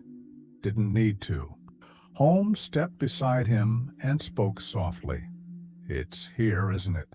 Beppo didn't answer. Holmes turned back to the table and lifted the hammer. One strike, a sharp, clean crack. The bust split down the center, plaster crumbling away onto the tray. Holmes carefully pulled the two halves apart and tilted the bottom toward the light. From the cavity inside, something small and dark slipped into his palm. A single pearl, jet black, heavy, perfect. The black pearl of the Borgias. Holmes turned to Watson and Lestrade. "Now," he said, "it is finished." Though the case appeared to have reached its natural climax with the recovery of the pearl, Sherlock Holmes was not yet finished. The pearl was merely the centerpiece, an object of desire, certainly, but the story wrapped around it still had strands that required untying. And Holmes, never one to leave a narrative incomplete, returned to the scene not where the story ended, but where it had begun to unravel. Later that evening, after Beppo had been taken into custody and the bust fragments cleared from the sitting room, Holmes turned once again to Lestrade. "Before I rest tonight, I need to understand how close we truly were to losing it." Lestrade looked puzzled. Losing what? The opportunity to stop him. Holmes clarified. "I want to see where Beppo made his first serious miscalculation." So it was, not an hour later, that Holmes, Watson, and Lestrade found themselves once more outside the home of Horace Harker, the journalist, on Kennington Road. Though they had visited only days earlier, the place now felt different, heavier somehow. Perhaps it was the knowledge of what had nearly occurred there, the quiet theft, the careless destruction, and the almost successful disappearance of a priceless gem into the city's undercurrent. Mr. Harker, ever gracious and clearly still shaken by his close proximity to the strange events, received them again without hesitation. He showed them into his front room where the remnants of the shattered bust had been swept away but not forgotten. Holmes moved slowly through the space, not with the intention of inspecting, but of retracing. "This is where he paused," Holmes said, indicating the threshold just inside the door. He came in, likely through the rear, judging by the scuff marks. He was inside only long enough to identify the bust, lift it, and Holmes pointed toward the front step. "Smash it there." Lestrade frowned. "Why not carry it away?" "Because he wasn't certain it was the right one," Holmes said. "And because he was running out of time. A thief with days will plan. A desperate man? He takes chances." Holmes moved to the fireplace, where a light film of white dust still lingered, missed by Harker's earlier attempts to clean. Holmes touched it with a fingertip, then rubbed it between his thumb and forefinger. Still dry, light, unmoved. Then Holmes turned toward the window and looked out into the street. "This is where we would have needed to be." Lestrade crossed his arms. "You mean a stakeout?" "Exactly." Holmes's eyes narrowed. "If we'd had someone posted here that night, we could have caught Beppo in the act. Not after the fact, not chasing him through shattered pieces and missed chances." Watson, who had taken a seat beside the fire, looked over. "But we didn't know then what we know now." "No," Holmes said, walking to the door. "But Beppo did. He knew which busts had left the shop. He was following them before we were. That is the most sobering detail in all of this. We were chasing a man who had a map he wrote himself." Lestrade said nothing for a moment. Then, with a sigh, he asked Holmes what he was really looking for here. Holmes stopped in the doorway, looking back toward the center of the room. "Proof," he said. Not of Beppo's guilt, that much is clear, but proof of how narrow our margin was. We do not always arrive before the disaster. Sometimes we arrive just after, and sometimes we are only one step ahead. He crossed to the mantelpiece again. I asked Harker to leave one piece of the bust untouched. Here. He pointed to a small fragment tucked neatly into the corner, its base still intact. This section, Holmes explained, shows how the base was reinforced. A thicker layer of plaster, deliberate. Beppo likely added it himself when he sealed the pearl inside. It would keep the object from shifting during transport, but also it would take a bit more effort to break. Watson stepped closer, inspecting it under the lamplight. So even in haste, Beppo was methodical. Yes, and that method nearly outpaced us. Holmes turned to Lestrade. It is why, in cases like this, you must always assume your opponent is thinking 2 moves ahead. Beppo may not have Holmes's reasoning, but he had motive, memory, and fear. That, Holmes added quietly, is often enough. Lestrade folded his arms, his voice lower now. He would have kept smashing them. Even if it took 20, he would have, Holmes confirmed. But he only needed 6, and he got to 5. The 6th, fate, or perhaps Miss Susan Brown's quiet habits, kept just out of his reach. Watson looked toward the door. So it ends. Not with a grand chase, but a quiet wait. A mistake on his part. A vigil on ours. Holmes smiled slightly. That is how most crimes end. Not with brilliance, but with exhaustion. The criminal runs out of room. We simply need to be waiting at the wall. They stood there a while longer in silence, the fire burning low once again, as outside the sounds of the city settled into a softer rhythm. The mystery had not lost its sharpness, but its urgency had faded, replaced now by reflection. Holmes stepped back into the hall. "We'll write it all down, of course," he said, "but not as a tale of deduction." Watson raised an eyebrow. "Then what? As a lesson in patterns, in motives, and in just how fragile timing can be." It was nearly midnight when the final thread of the plan began to draw itself taut. Back at Baker Street, the bust had been replaced. Not the shattered one, of course, that had been carefully sealed away for evidence, but a near-identical model Holmes had procured that very afternoon from a theatrical supplier who dealt in set pieces and imitation sculpture. The deception was subtle. The plaster was of slightly different texture, the weight marginally off, but to the naked eye, and especially under low lamplight, it would pass. Holmes had placed the decoy in the same spot where the original had stood, centered on the mantel, between the oil lamp and Watson's old clock. He had drawn the curtains loosely, not fully closed, allowing just enough visibility for a watchful eye from across the street. The message was clear to anyone who had been following the trail. The last of the 6 busts had returned to its place. The prize had not yet been claimed, and now they waited. Watson sat by the fire, the poker resting upright in the iron rack beside him, though he made no move toward it. Lestrade was in the adjacent room with 2 plainclothes officers, both silent, both experienced in the patience of long watches.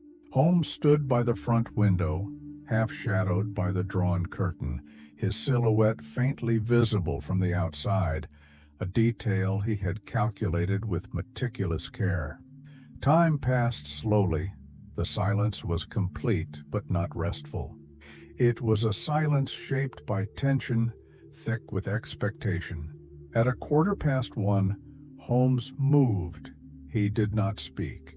He merely lifted a hand to signal the others, then pointed downward toward the street. Watson crossed quietly and peered through the slit in the curtain. A figure was approaching, slowly, deliberately. He moved with the ease of someone who had walked these streets many times. Not hurried, not clumsy, just cautious. The man crossed the road and paused by the opposite lamppost, the very spot where he had lingered the night before. Beppo. Even from a distance, Watson recognized him. The wiry frame, the slouched shoulders, the slightly tilted head that scanned doorways more than faces. He wore a dark coat with the collar raised, and his hands were buried deep in his pockets. He appeared to wait, casually, like someone loitering between destinations. But Holmes, already moving to the back of the flat, knew otherwise. "He's circling to the alley," Holmes whispered, just as before. Lestrade nodded and slipped through the kitchen door, leading the constables silently into the back corridor. The entire house now held its breath. Moments passed, then the faintest creak. A hinge disturbed by weight. The rear door, though locked, had been loosened slightly earlier that day by Holmes himself to facilitate this very moment. Beppo was inside. The front room remained dark, the gaslight turned low, just enough to silhouette the bust. The room smelled faintly of wax and old smoke. The fire had burned down to embers, casting reddish shadows that danced along the baseboards. Then, like a whisper against velvet, came the softest movement. A figure slipped into the room, crouched low, barely more than a shadow. He moved quickly, but not recklessly. Each step was soundless. He paused by the table, then turned toward the mantel. Holmes waited. Beppo reached up, took the bust in both hands, and began turning it over gently, as if testing its weight against memory. Then came the moment Holmes had anticipated. A slight shift in Beppo's shoulders, a tensing of his fingers. The man realized something was wrong. The plaster was too light, the base too smooth. He hesitated. Holmes stepped forward and struck a match. The light bloomed instantly. Beppo froze. Behind him, Lestrade and the constables surged through the door. One man caught Beppo by the arm, the other seized the bust. The thief struggled wildly for a moment, his hand darting toward his belt, but Watson was already there, gripping Beppo's wrist and forcing it back. In seconds, it was over. Beppo stood restrained, breathing heavily, his eyes wild with panic, darting toward the window, the hearth, the false bust now in pieces on the rug. But there was no escape, no pearl, no reprieve. Lestrade stepped forward, calm but firm. "You've run out of statues, my friend." Beppo's shoulders sagged, and for the first time since his shadow had appeared on the trail, he spoke, in broken English, breathless with defeat. "You found it." Holmes, now standing face to face with him, gave a small nod. "Yes, we found it." Beppo said nothing more.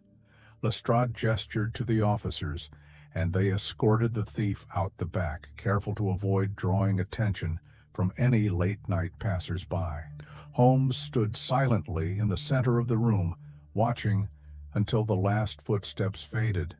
Then, at last, he exhaled. Watson stepped to his side. "You never doubted he would come." "Not for a moment," Holmes replied. He had no choice. Desperation reveals the inevitable path, and tonight he walked it. The false bust lay in fragments beside the hearth, its hollow interior empty, its roll complete. Holmes looked down at it, then toward the door. "Now," he said, "we begin the explanation." By the time the sky began to lighten behind the chimney stacks of Baker Street, the city had begun to stretch itself from sleep, unaware that somewhere in its quiet streets a manhunt had ended, and a priceless jewel had been recovered from the heart of plaster and misdirection. Inside 221B, the stillness that followed Beppo's arrest was heavy but not uncomfortable. The kind of silence that comes after something long and complicated has reached its inevitable conclusion. Holmes sat at his writing desk, his coat still buttoned, his expression unreadable, as he carefully documented the timeline of the case with precise strokes of his pen. Every movement now was measured, deliberate, as though he were carving the shape of the story into stone. Across from him, Watson sat with a cup of tea growing cold in his hand, eyes occasionally drifting toward the remains of the decoy bust still lying in fragments near the hearth. Though it had served no purpose beyond drawing Beppo into the trap, its presence carried a strange weight, as if it, too, had played a role in the narrative far greater than its physical form suggested. Lestrade had remained after the arrest, not out of necessity, but curiosity. He now stood by the fire, arms crossed, studying Holmes with an expression rarely seen on his face, genuine admiration laced with something like humility. "You set the stage perfectly," he said at last. "You didn't just predict his move, you directed it." Holmes continued writing for a moment, then set his pen down and turned. "Beppo is a man of habit. Driven by urgency, yes, but not stupidity. He followed a method from the beginning. Track the busts, locate them, destroy them one by one. There was only one left, and all I had to do was let him believe he still had a chance." Lestrade nodded slowly. "I imagine he was ready to kill again." Holmes's eyes darkened slightly. Yes, he would have. If Miss Susan Brown had still had the bust in her possession, she would have been in terrible danger. That is why I moved when I did. Beppo's mistake was not in smashing the statues. It was in thinking the world hadn't changed while he sat in prison. He assumed he could recover what he hid without consequence, but London watches itself even in silence. Watson leaned forward, his brow furrowed. "I keep coming back to the same question. Why the pearl? Why hide it in such a way?" Holmes rose from his chair and walked to the table where the black pearl of the Borgias now sat in a velvet-lined box, recently retrieved from Scotland Yard's evidence office for formal identification. It glimmered softly in the gaslight, dark, perfect, unmistakably unique. Because, Holmes said, it was the one object in England too valuable to be seen.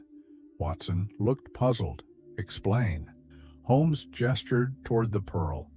It had been stolen. Its value, both monetary and historical, was immense. No ordinary fence would touch it. No collector would purchase it. Its beauty was its curse. The moment it surfaced, it would be recognized. So Beppo didn't try to sell it. He couldn't. The police were already closing in after the theft from Lady Morcar's estate. He knew it was only a matter of time. So he did what most clever criminals do. He buried it, not in the earth, but in the most ordinary object he could find. A plaster bust, sold cheaply, dispersed across the city. Watson nodded slowly. He must have thought he would retrieve it in a matter of weeks, but the arrest came too soon, Holmes said, for a separate crime, a stabbing in the street, unrelated to the pearl. He was sentenced, and by the time he emerged from prison, the trail had grown cold. The busts were gone, sold, delivered, forgotten, until the smashing began. Lestrade stepped forward. "And Vannucci?" "Vannucci likely knew of the pearl," Holmes said, "or at least suspected its hiding place. Perhaps he helped Beppo seal it. Perhaps he planned to retrieve it first. Either way, Beppo saw him as a threat. And that night, in the solicitor's parlor, he eliminated that threat without hesitation." Lestrade was quiet for a moment. "He'll hang for it," Holmes nodded. "Not just for the theft, but for the murder. And rightly so." Watson stood and walked toward the window, pulling the curtain back slightly. The city was waking now. Cartwheels echoed on the stone. A milkman passed by, whistling under his breath. There was something comforting in the ordinariness of it all. Watson turned back. "It's strange, isn't it?" "What is?" Holmes asked. "That something so small, a pearl, could lead to so much. Violence, theft, fear." Holmes looked at the pearl again, but said nothing. Lestrade stepped toward the door, preparing to leave. "I'll have the paperwork filed by midday." And the pearl returned to Lady Morcar's estate under guard. Holmes nodded once, then paused. "There's one more detail I'll need from you." "What's that?" "The full list of Beppo's previous residences and known associates.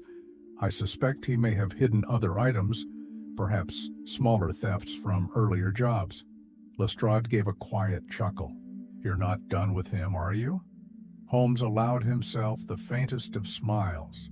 A criminal's story rarely ends with the first arrest.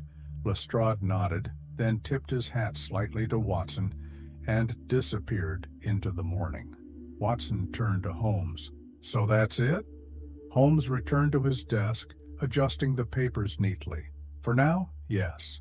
But even as he said it, his eyes lingered a moment longer on the box holding the pearl, as if it too still had something left to say.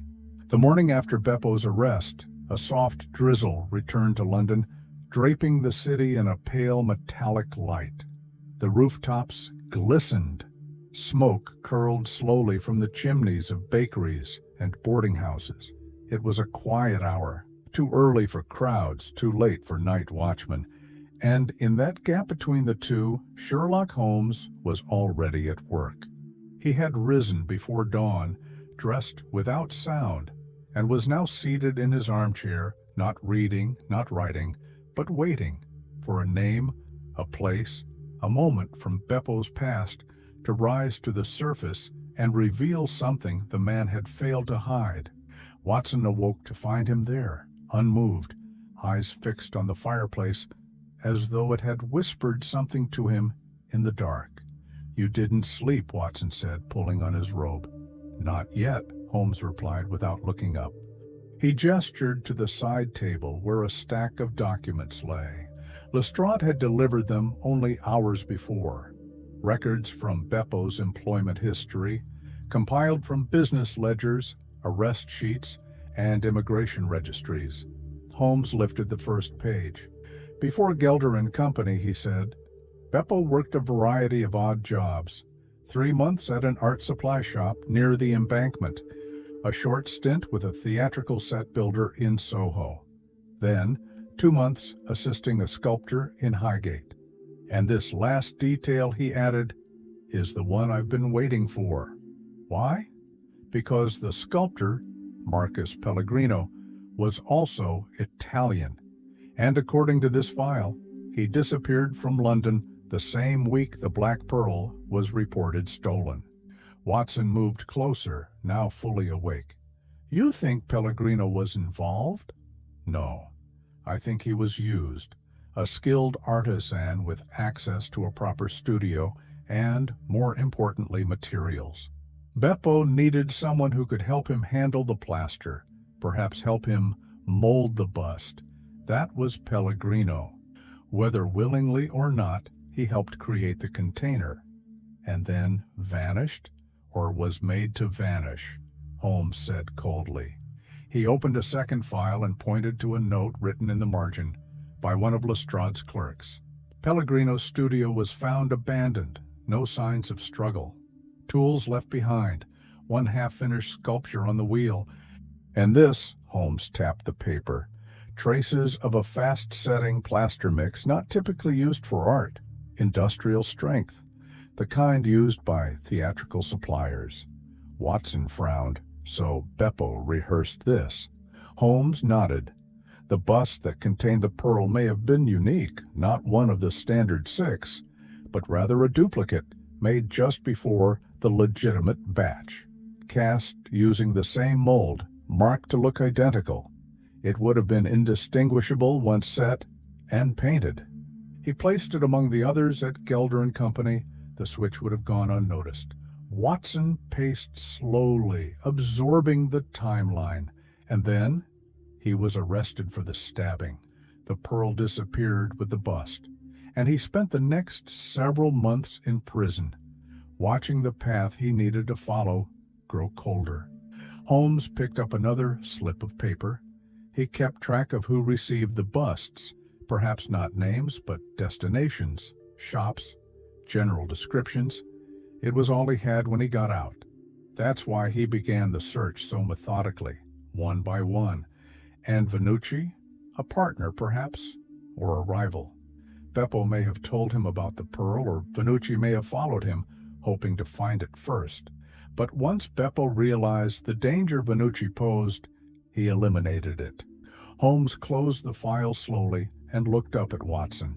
There's something grimly poetic about it. A man hiding something so well, he forgets how to retrieve it.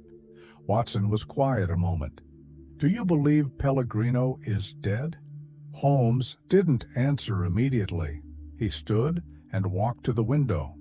Outside, the fog was lifting slightly, revealing the outlines of the carriages and the silhouettes of pedestrians passing beneath their umbrellas. The world, as always, was moving forward. "If he is," Holmes said at last, "Beppo will never confess to it, not without leverage. But if he's alive, he might still be in hiding, fearing Beppo's return." Watson nodded slowly. "You intend to find him?" "Not immediately, but I'll send word to the Italian consulate and make inquiries through my contacts at the museum. Pellegrino may hold the key to other crimes Beppo has hidden. We recovered the pearl, but that may not be the only object he buried." Watson looked again at the files, the list of addresses, the businesses, most now closed or changed hands. How many lives did he step through to steal that gem? Holmes turned back to the room. Too many. "But sometimes, Watson, justice is not a grand act. Sometimes it is simply a door being closed behind a man for the last time." He walked over to the fireplace and knelt, gathering the last fragments of the false bust into a wooden tray. As he did so, he held up one small piece to the light. Smooth, harmless, hollow. "This," he said quietly, "nearly toppled the balance of an empire." Watson gave a slight smile. "And yet it sits now in a tray beside your fireplace." Holmes placed the fragment down, where it belongs. The black pearl of the Borgias was unlike any other jewel known to Europe, not merely for its value, but for the lore it carried. Centuries of betrayal, theft, and suspicion hung like a shroud over its glittering surface. It was not large nor ostentatious. In fact, it was just under the size of a thumbnail, smooth as glass, nearly matte in finish, and so dark that under certain lights it appeared to drink in the brightness around it. It had once adorned the private collection of the infamous Cardinal Borgia in the late Renaissance. Later, it passed, through shadowy means, into the estate of a French royal mistress before being stolen again during the fall of the Tuileries. Then silence. The gem vanished from all records for more than a century, until it surfaced, briefly, in the hands of Lady Morcar, a reclusive aristocrat of Mayfair known for her taste in objects that whispered of old blood and older crimes. And then, again, it vanished. Holmes had followed that vanishing trail in its early days. He had been consulted, discreetly, by one of Lady Morcar's household staff, an honest man whose conscience warred with his contract. The story he told was simple. The pearl had disappeared from a locked cabinet in Lady Morcar's private drawing room. No signs of entry, no tampering, no forced locks. Holmes, at the time, had turned the case down, not out of disinterest, but out of timing. He had been in the middle of a separate investigation, something involving a banker and a forged will in Manchester, and could not divert his attention without compromising both efforts. But he had remembered the details. Now, as Holmes sat by the fire, the recovered pearl glinting within the velvet-lined box beside him, he finally allowed himself to examine it closely, not as evidence, but as history. Watson entered the room quietly, having returned from an errand at Scotland Yard. He held a thin envelope, sealed and marked with the official crest. He handed it to Holmes. Lestrade confirmed it, Watson said. Lady Morcar's household steward recognized the gem instantly. He'll come tomorrow to retrieve it formally under the guard of 2 officers. Holmes gave a soft nod and placed the envelope on the side table, beside the pearl. This case, Watson, he said after a pause, was never about theft. Not truly. Watson raised an eyebrow. What do you mean?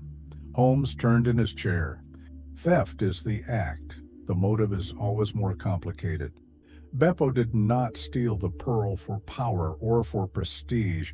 He stole it because he believed it could set him free. Men like him, ruthless, skilled in deception, existing on the edges of the city, do not imagine futures. They imagine escapes. So he hid it. Yes, he sealed it in the only thing he believed no one would question. And he was right. For months, no one did. The busts sat untouched on shelves, above fireplaces, in offices and homes. The pearl may as well have been lost at sea. Watson sat down across from him. What finally gave him away?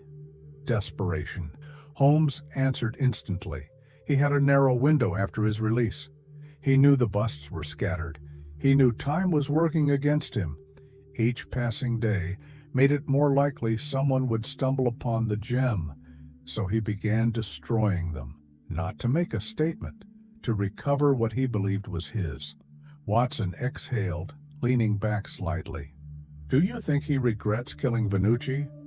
Holmes hesitated. No. Beppo is not a man burdened by reflection. Vannucci was competition. In Beppo's mind, he merely cleared the path. That's the danger of men like him, not their violence, but the lack of pause before it. The fire cracked softly, casting a flickering light across the wooden floor. Holmes reached for the pearl, holding it carefully between 2 fingers. Strange, is it not? He said, voice quiet. That something so small could carry the weight of so many hands, so many crimes, so many lives. Watson looked at it, then at Holmes. And yet it sits now harmless between your fingers. For the moment, Holmes said. But this gem has changed history more than once. It will again. The value we place on objects often has little to do with their true worth. He stood, crossed to the small safe hidden in the corner of the room, and placed the pearl inside. He turned the dial slowly, the clicks echoing faintly. There, he said. Let it sleep a night behind steel. It's had enough exposure to open air. Watson smiled faintly. And tomorrow, it returns to a drawing room, where it may be admired, but never trusted. Holmes returned to his chair. That's all any of us can ask, Watson. Outside, the city continued its gentle hum. The fog had lifted, and the darkness that had once gathered around 6 plaster busts now dissolved into the ordinary rhythm of a London evening, leaving behind only memory and, of course, the tale. That evening, with the pearl now secured and the immediate danger behind them, Holmes and Watson retired once more to their sitting room. The city beyond the window was quiet again. Its chaos momentarily paused, as though London itself were taking a breath. But Holmes's mind, true to form, had not yet done the same. He sat at his desk, illuminated by a single lamp, the room otherwise dim. A half-finished monograph on criminal concealment techniques rested beneath his hand, untouched. Instead, he reviewed a collection of notes pinned to a corkboard mounted beside the fireplace, a habit Holmes employed only during cases that required intricate mapping of timelines and motive. At the center of it all was a name, Beppo Cantalupo. Beneath it, a line drawn directly to the recovered pearl. Another line branched off to Gelder & Co., the bust manufacturer. Still another stretched to the Pellegrino Studio, the abandoned workspace in Highgate. The pattern Holmes had traced was tight, symmetrical, logical, and now complete. Watson entered with a tray of tea, placing it gently beside Holmes. Still piecing it together? Holmes looked up briefly. Now I'm confirming it. He gestured toward the map of lines and notes. Beppo was no master thief. His talent was in his hands, in plaster, sculpture, and detail. He lacked the cunning for high society burglary, which means he wasn't acting alone. Not when the pearl vanished from Lady Morcar's locked cabinet without evidence of intrusion. Watson frowned. You believe he had inside help? Exactly. And not from within the estate, but from within its maintenance staff, a short-term hire, possibly posing as a cleaner or window repairman. My notes indicate that a decorative plaster arch had been refurbished in Lady Morcar's drawing room just days before the theft. Watson nodded, beginning to see it. Beppo gains access, posing as a craftsman. He memorizes the layout, learns the schedule. Then one night he returns not through the door, but through a panel he himself loosened earlier. Correct, Holmes said. A panel behind the sculpture stand. He slides it open from within, reaches the cabinet, removes the pearl, and disappears. The lock is untouched. No one suspects a thing. Holmes opened a small drawer and removed a folded document, an incident report from Lady Morcar's estate. No signs of damage, the report read.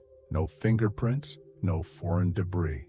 And yet, Holmes added, a single white smudge had been found beneath the cabinet. Chalk or plaster dust, overlooked at the time. Watson stared at the report, then at Holmes. So even then you suspected? I did. But without the pearl, it remained conjecture. Now we have a clear line of continuity, from Lady Morcar's drawing room to the 6th bust recovered from Miss Susan Brown. He rose and crossed to the fireplace, his hands behind his back. It's often said that the perfect crime leaves no trail. But in my experience, every crime, perfect or not, leaves a thread. And criminals, when pressed, will almost always follow it backward in desperation. Beppo had placed his trust in plaster. It was what he knew. He embedded the pearl into a bust, believing he'd return in weeks to retrieve it. Instead, he was arrested for stabbing a man in a tavern brawl, an unrelated outburst that led to a short sentence in Wandsworth. Watson sipped his tea, so the pearl sat hidden, while Beppo sat in prison, watching time eat away his certainty. And when he was released, Holmes continued. He found the world had shifted. The busts had been sold, names forgotten, records discarded. He had no plan, only fragments of memory and a desperate resolve. That desperation, Watson said, drove him to break 5 busts and to kill Pietro Vannucci, Holmes added, which confirms something else. Vannucci wasn't just a rival. He was likely involved in the initial theft, perhaps even the planning. But Beppo didn't trust him. He trusted no one, not even Pellegrino, the sculptor who helped him cast the busts. If Pellegrino is still alive, I expect he's in hiding. If he's not, Holmes's voice dropped slightly, then Beppo silenced him as well. Watson stood and walked to the window, pulling back the curtain just an inch. And yet, all of it came undone because of 6 cheap statues. That is the elegance of this case, Holmes said. The grandest jewel in Europe, hidden not in a vault, but behind the eyes of a plaster emperor. Hidden too well, in fact. He paused. It was Beppo's own skill, his own obsession with concealment that led to his downfall. He thought like a craftsman, not a criminal. He built the perfect hiding place, and in doing so, built the perfect puzzle for us to solve. Watson turned from the window. And now? Now, Holmes said. The gem returns to its place. Beppo faces justice. And we close this chapter, though I suspect its echo will linger in parlors and police reports for years to come. He returned to his desk, took up his pen, and added, One final note to the corkboard. Beppo arrested. Pearl recovered. Justice in progress. Then he looked once more at the diagram, satisfied. And finally, for the first time in days, Holmes allowed himself to lean back in his chair and close his eyes. Long before the headlines declared his arrest, and long before the pearl was discovered nestled inside the hollow of a plaster bust, Beppo Cantalupo had sat alone in a cell at Wandsworth Prison, counting the days not by sunlight or calendar, but by the rhythm of opportunity, when it had vanished, and when it might return. His sentence was short. The stabbing, brutal though it was, had not been fatal. The magistrate, unimpressed with either man's testimony in the brawl outside a Whitechapel tavern, saw fit to impose 9 months of confinement. For a man like Beppo, it was survivable. But it was not the time that tormented him. It was the knowledge of what he had left behind. He had buried a fortune, and now he could not be certain where it had gone. The days in prison passed with the dull, grinding predictability of routine, gray walls, the metallic rattle of keys, the shouted exchanges of inmates trying to claw back a sense of identity. But Beppo kept to himself. He spoke little, ate little, and when not watched, he sketched. Not elaborate portraits, but simple lines, shapes, angles. His mind was not on escape, but reconstruction.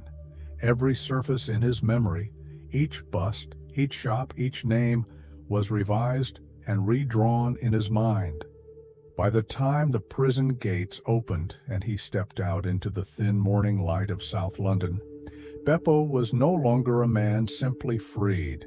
He was a man resolved, reshaped by loss. The city greeted him with indifference. Smoke still rose from chimneys. The fog was still thick over the Thames. Life had gone on without him, and that was perhaps the worst insult. He found a room quickly, small, unclean, paid in cash. The landlady didn't ask questions, and Beppo gave no answers. He kept to the shadows. No friends, no letters, no visits to familiar places. He could not afford recognition. Instead, he returned to the only thing he trusted, the trail of the busts. He remembered them well, 6 in total, though to Beppo it had always been one that mattered, the one he had handled himself, the one he had tampered with under the guise of repair. He had sealed the pearl inside with the precision of a sculptor and the urgency of a thief. No one at Gelder & Co.'s had noticed. The extra layer of plaster had dried smoothly. The finishing coat had disguised the weight difference. He had meant to recover it the next day. But fate, in the form of a drunken insult and a blade, had dragged him into prison. Now, months later, the problem had multiplied. The busts were gone, sold, scattered across a city of millions. No documentation, no trail, only memory. But memory, for Beppo, was more reliable than paper. He began his search not with the manufacturers, but with the shops, the ones that had taken frequent deliveries from Gelder & Co. He waited near doorways, watched who came and went, spoke with warehouse boys over drinks. He followed crates, not faces. The first bust was easy. A small shop off the Strand, Morse Hudson. Beppo arrived just after dusk. The place was closed. A rear window was poorly secured. He slipped in, found the bust sitting in a front window display, and shattered it silently with a sculptor's hammer. His hands moved without tremor, without hesitation. But the pearl was not there. The second and third came shortly after. Dr. Barnicot, a collector. Beppo tracked the address through a delivery record he remembered vaguely from before his arrest. 2 busts, 2 separate locations. He broke into both houses at night, took only what he needed, left everything else untouched. A man looking for valuables would have taken coins, silverware, something. Beppo took only Napoleon's face and left it in pieces. Still, no pearl. The panic did not arrive all at once. It grew slowly, like a crack in a wall. He began to second guess. Had he confused the bust? Had someone else opened it and thrown away the prize, not knowing its value? Had it been lost in transit? But there was no turning back. He became more reckless, more aggressive. At the solicitor's home in Kennington, where the fourth bust had ended up, he found not just the statue, but another man, Pietro Vannucci. Beppo hadn't expected to see him. Their eyes met in the parlor. Vannucci asked no questions. He knew the pearl had drawn him too. The knife came quickly. It was not rage, it was necessity. Vannucci died quietly, and Beppo smashed the bust before the blood had even dried on the carpet. Still no pearl. Now only two remained, two busts unaccounted for. And time was compressing. He learned of Harker's home through one of Hudson's boys, a delivery note. Quickly scanned. The journalist had spoken of it briefly in a pub, drunk on cheap whiskey. Beppo followed the trail again, this time with fire behind his eyes. He reached the house, broke the bust on the doorstep. Still, the cavity was empty. Only one remained. He did not yet know her name, only the address. But Beppo had always found what he searched for. He would find her, and he would find the pearl, even if it meant smashing the world to do it. By the time Beppo set his sights on the final bust, the city no longer resembled the one he had known before prison.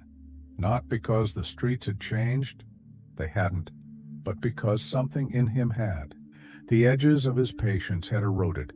His movements had grown sharper, his calculations more brittle. He had, for all intents and purposes, run out of time. Every statue he had destroyed had been a chance, a sliver of hope that the thing he'd hidden so carefully had remained where he placed it. But each one shattered without reward, and with each echoing crack of plaster on stone, his confidence bled further into the gutter. Now only one bust remained, and he was no longer certain where it was. Morse Hudson, the dealer who had initially sold the pieces, could not provide a name. He had taken cash. The woman, middle-aged, plain, unremarkable, had said little when she made her purchase. It had been a short exchange, no delivery note, no receipt, only a memory. But Beppo knew how to pursue a shadow. He returned to the shop under darkness, not to steal, but to study. He waited across the street for hours, watching customers, observing Hudson's habits. Eventually, he slipped inside during a moment when the shopkeeper had gone to fetch inventory from the back room. Beppo didn't speak. He simply moved. He found the ledger. He read it quickly, fingers tracing the columns of dates and purchases. Nothing of value until he saw it. 1 Napoleon sold, woman, Brixton Road cash. That was all, but it was enough. He left the shop without a sound. That night he walked the length of Brixton Road twice, scanning every window, every small parlor behind drawn curtains. The street, though long and lined with similar homes, was not unending. He narrowed his search to places with upper flats, easier to deliver to, less visible to neighbors. By dawn he had seen it. A window, a faint light, and a bust. It stood on a mantelpiece behind the sheer curtain of a small music parlor. From the street it was nearly invisible, obscured by the lamp, the angle of the glass, and the mundane stillness of the room. But Beppo knew what he was seeing. Napoleon's unmistakable silhouette. He didn't act that night. He had made that mistake once before, rushing the strike. At Harker's house he had broken the bust on the front step in a fit of urgency, drawing too much attention. It had been foolish. This time he would wait, study, enter properly. His plan was already forming. The alley behind the flat was narrow, largely unused. He mapped it in his mind, counted the windows, noted the wooden fence that separated the garden from the neighboring yard. The back door, he observed on his second pass, had a loose hinge, not fully rotted but unsteady. If he worked slowly, silently, he could be inside in under 3 minutes. He returned the next night with his tools wrapped in oilcloth. A small hammer, a chisel, a narrow blade. Nothing extravagant, nothing loud. He approached from the rear, slipped through the garden gate, and crouched beneath the overhang as the rain began again. His hands moved without sound, undoing the latch with careful pressure. The door opened an inch, and he froze, listening. Nothing. He stepped inside. The house was quiet just as he'd hoped. The only noise was the tick of a clock in the front room and the faint rattle of the wind against the old sash window. He crossed the threshold into the parlor, his eyes fixed on the object on the mantel. There it was. He moved toward it with reverence. He'd never been so close. This was the one. He knew it, not by appearance, but by instinct. He could feel it in his spine. Everything he had endured, the prison cell, the cold nights in alleyways, the blood on his hands, it all came down to this final moment. He reached out and stopped. Something was wrong. The room was too still, too arranged. He stepped back. In the next instant, a flame flared. Holmes had lit a match, and just like that, Beppo's illusion shattered. The trap had been set, and he had walked directly into it. He saw Watson, Lestrade.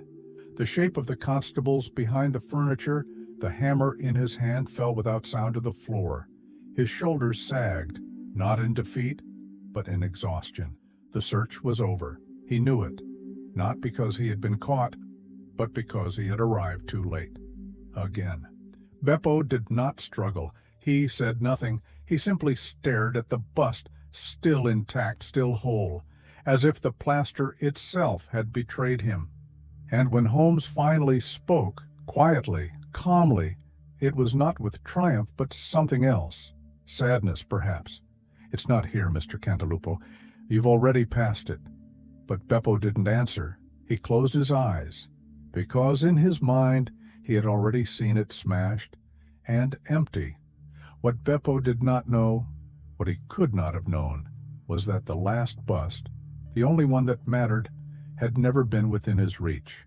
Holmes had made sure of it. 3 days before Beppo's final attempt, and hours before the trail reached Miss Susan Brown's address, Holmes had acted. Not out of certainty, but of instinct, the kind that comes not from guessing, but from listening to the pattern of events, the silence between the clues.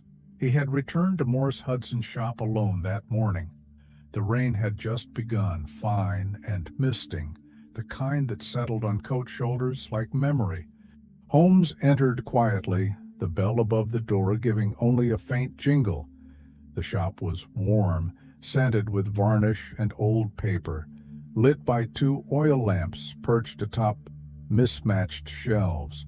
Morse Hudson looked up from his desk and raised his eyebrows, surprised to see Holmes again so soon. "Back for more answers, Mr. Holmes?" In a manner of speaking, Holmes replied, "I'm here to purchase something." Hudson gestured to the shelves, clearly unsure of what could possibly interest a man like Holmes. "Feel free to browse. Statues, portraits, a few bits of enamel. Nothing rare, mind you.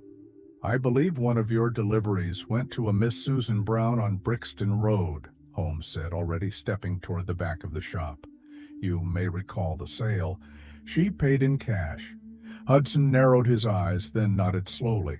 "That's right. Middle-aged woman. Said it was for her sister. I remember thinking she looked more like a schoolmistress than a collector." "And the bust?" Holmes asked. "It was from the same shipment, Napoleon?" Hudson nodded again. "Yes, last of that batch. Good detail on that one, actually. Shame I didn't keep it here." Holmes reached into his coat and retrieved a slim envelope, already prepared. "I'd like to purchase it." but not from you, from her. Quietly. No reason to alarm her. Tell your delivery boy to retrieve it. Offer her twice what she paid. Tell her it's for a private collector, one who insists on the piece being undamaged. Say that if she agrees, there will be no further contact. Hudson hesitated. Is this legal? Holmes allowed himself a faint smile. Perfectly. I am simply recovering an object that was never hers to begin with. By evening, the transaction had been completed. Miss Brown, rather bemused by the offer, had agreed without fuss. She had no emotional attachment to the bust. It had been purchased on impulse, a decorative piece for a sister, who had since changed her mind. She even wrapped it in a cloth herself, saying she hoped it wouldn't chip during transport. When the boy returned with the bust, Holmes unwrapped it in the privacy of his study. And then he waited. He examined it from every angle, turned it over, ran his fingers along the base, tapped it gently, and listened, not for echoes, but for depth. It was different, not in appearance, but in tone. He fetched his tools and, with the care of a surgeon, opened the lower cavity, not to destroy, but to listen to what lay within. And when the thin plaster cracked, revealing a glimmer of deep black beneath the dust, Holmes knew he had found it, the black pearl of the Borgias. He did not remove it right away. Instead, he sat quietly in his chair, holding the bust and thinking, not of glory or reward, but of the path that led to this moment, the desperate search, the broken statues, the death of Pietro Venucci, the quiet dread that had grown around a single, perfect object no larger than a button.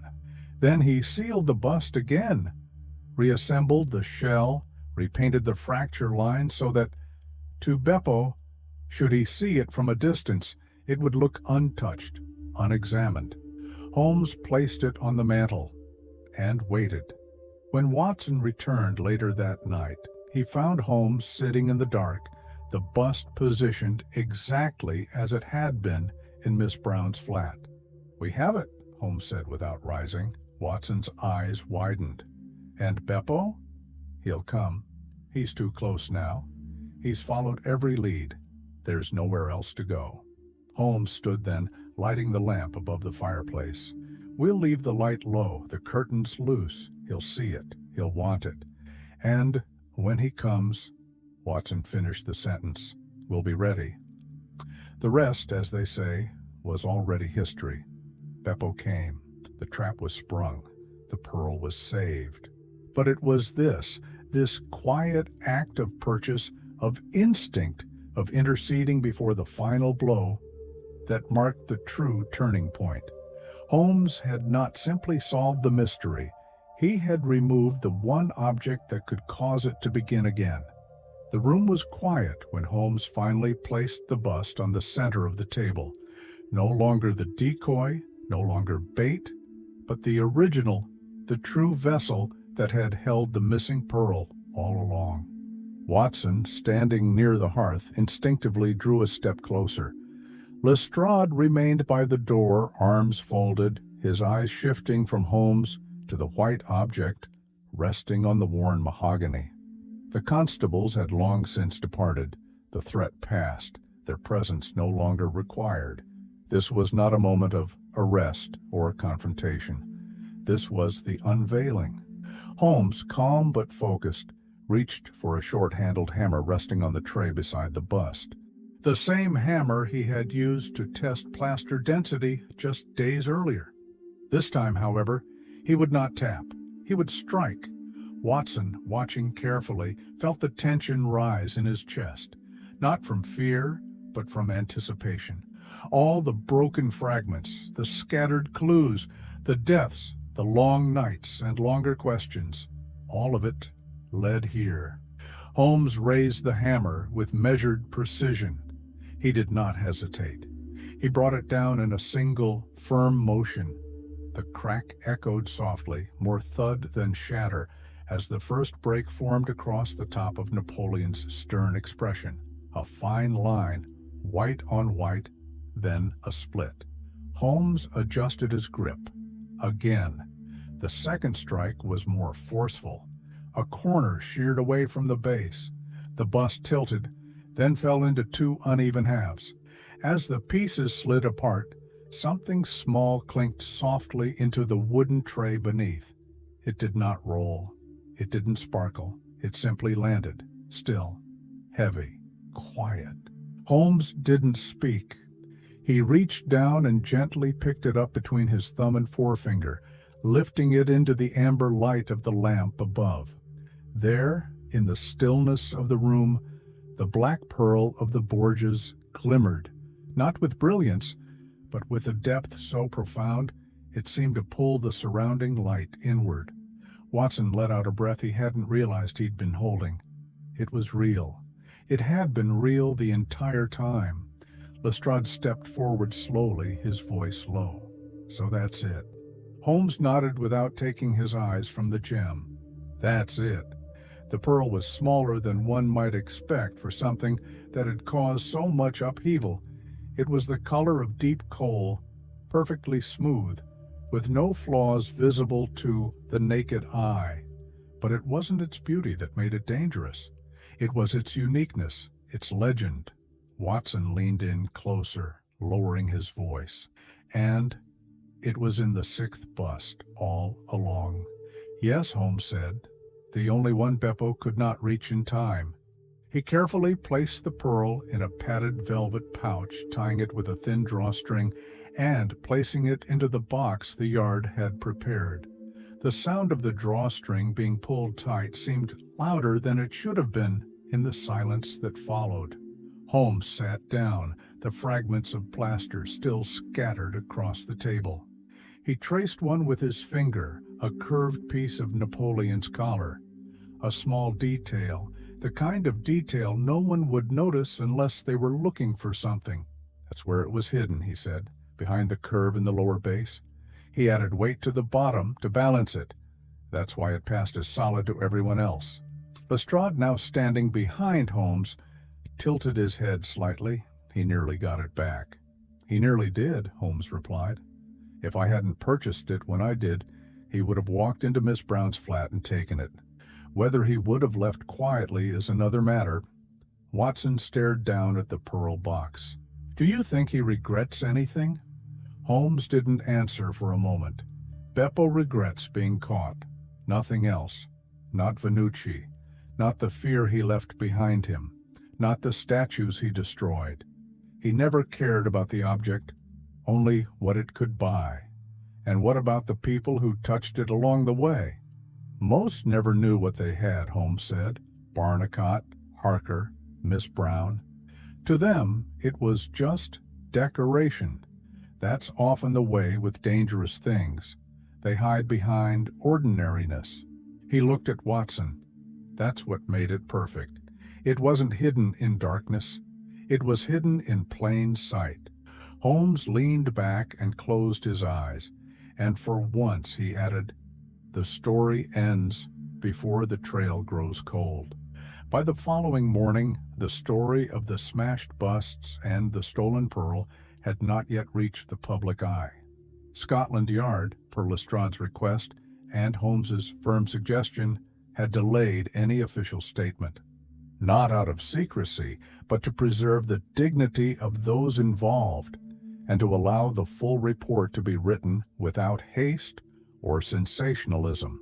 Inside 221B Baker Street, the case had ended. No crowds outside the door, no congratulations, no grand announcements, just the quiet relief that comes when chaos finds its resolution. Holmes sat in his chair by the window, a cup of tea untouched beside him. His violin lay across his lap, though he had not played a note in over an hour. He stared at the rooftops across the street as though they held the final echoes of the mystery he had just untangled.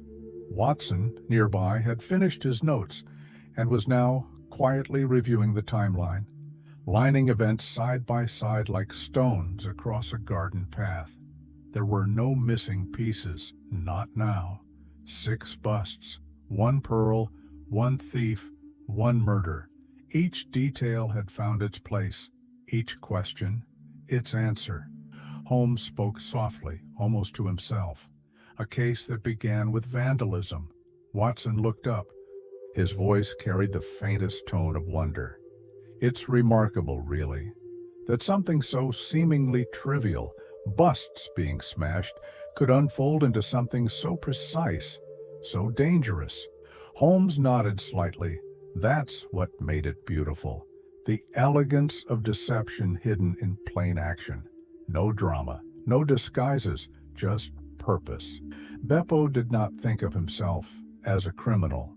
He thought of himself as a man reclaiming what was his. Watson's brow furrowed. But it wasn't his. That's what he forgot, Holmes said. The moment he hid the pearl, he stopped owning it. It passed from his hand into the world, into chance, into risk.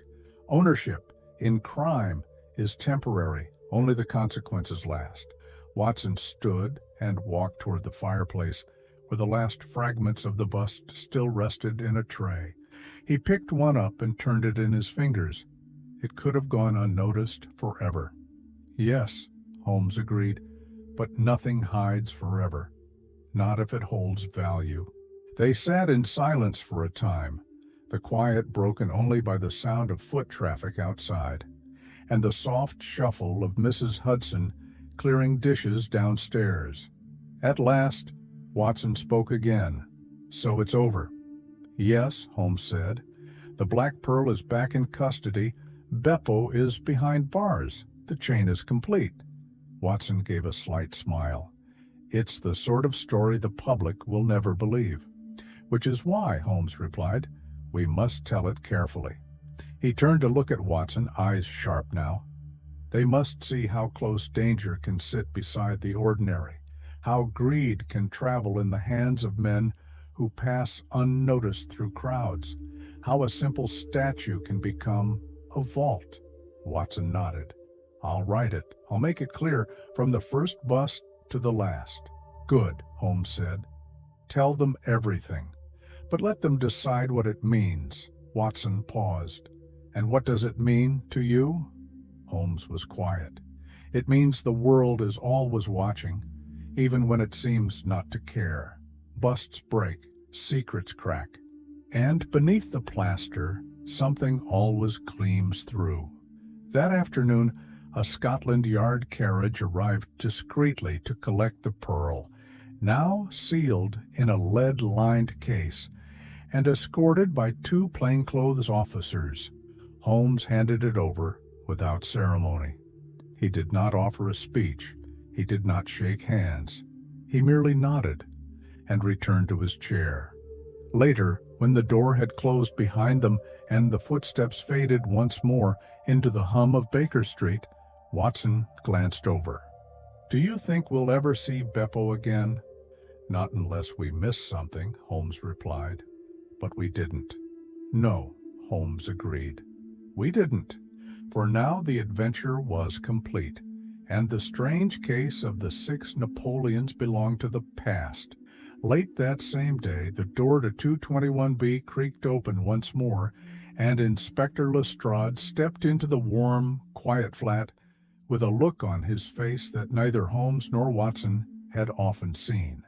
It was not the usual guarded skepticism, nor the stubborn defensiveness that so often accompanied their exchanges.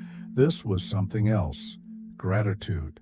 He removed his hat, turned it in his hands for a moment, and then walked over to stand near the hearth, where Holmes sat beside the remnants of the smashed bust, the case fully resolved, yet still lingering in the air like the faint smell of plaster dust. Holmes didn't rise. He simply looked up, eyebrows slightly raised in curiosity. Back again, Lestrade?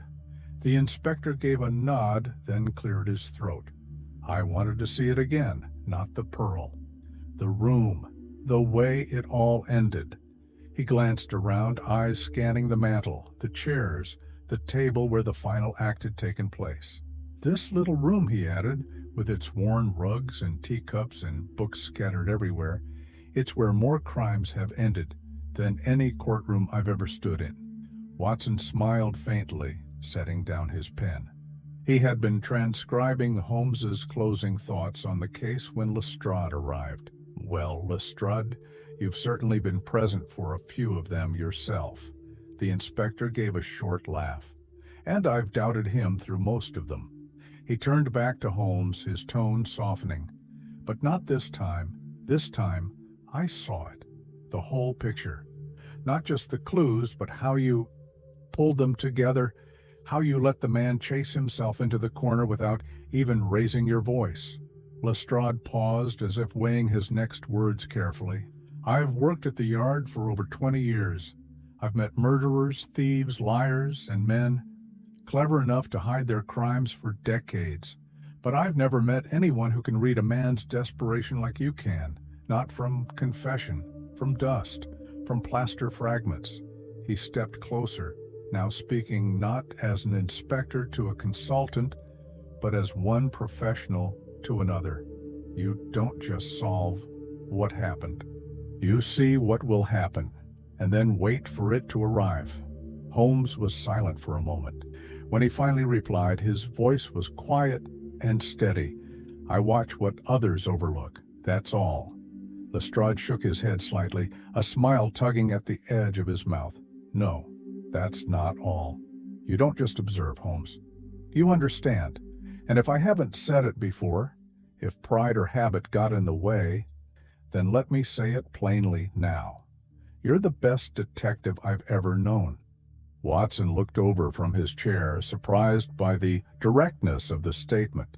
Lestrade, of all people, rarely handed out such praise, least of all to Holmes. Holmes gave no outward sign of emotion.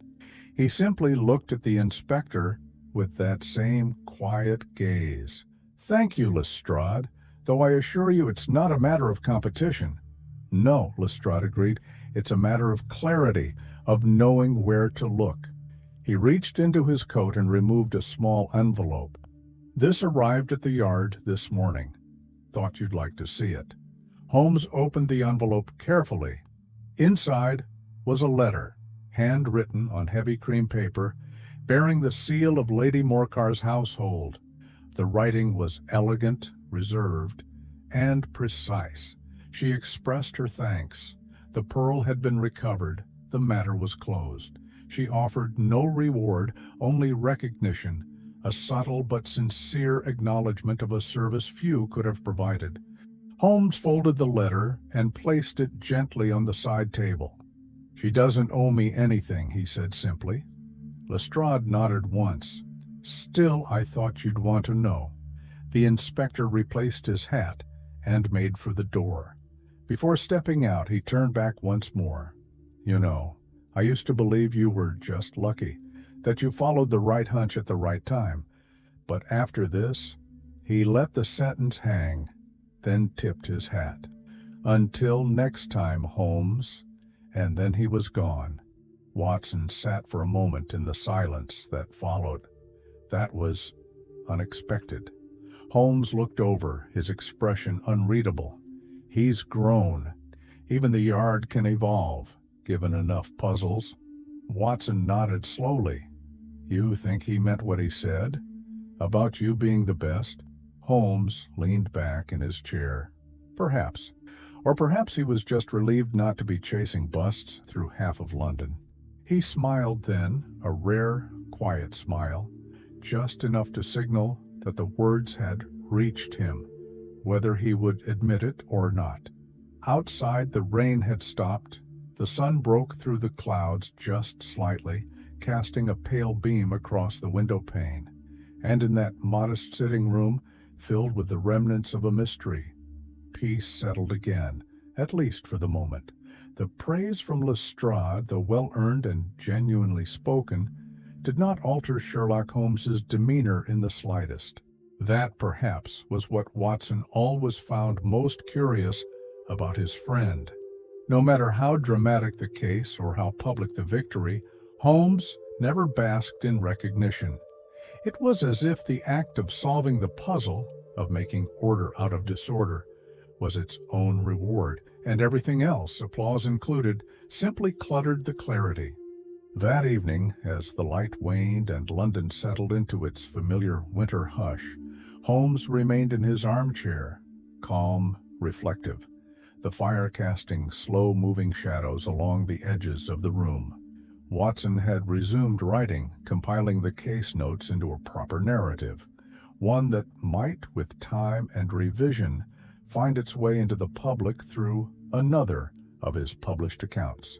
But he paused now, glancing over the top of his notebook at Holmes, who had been unusually still for some time.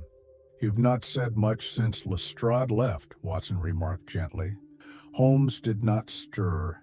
"He called you the best detective he'd ever known. I thought you'd at least correct him."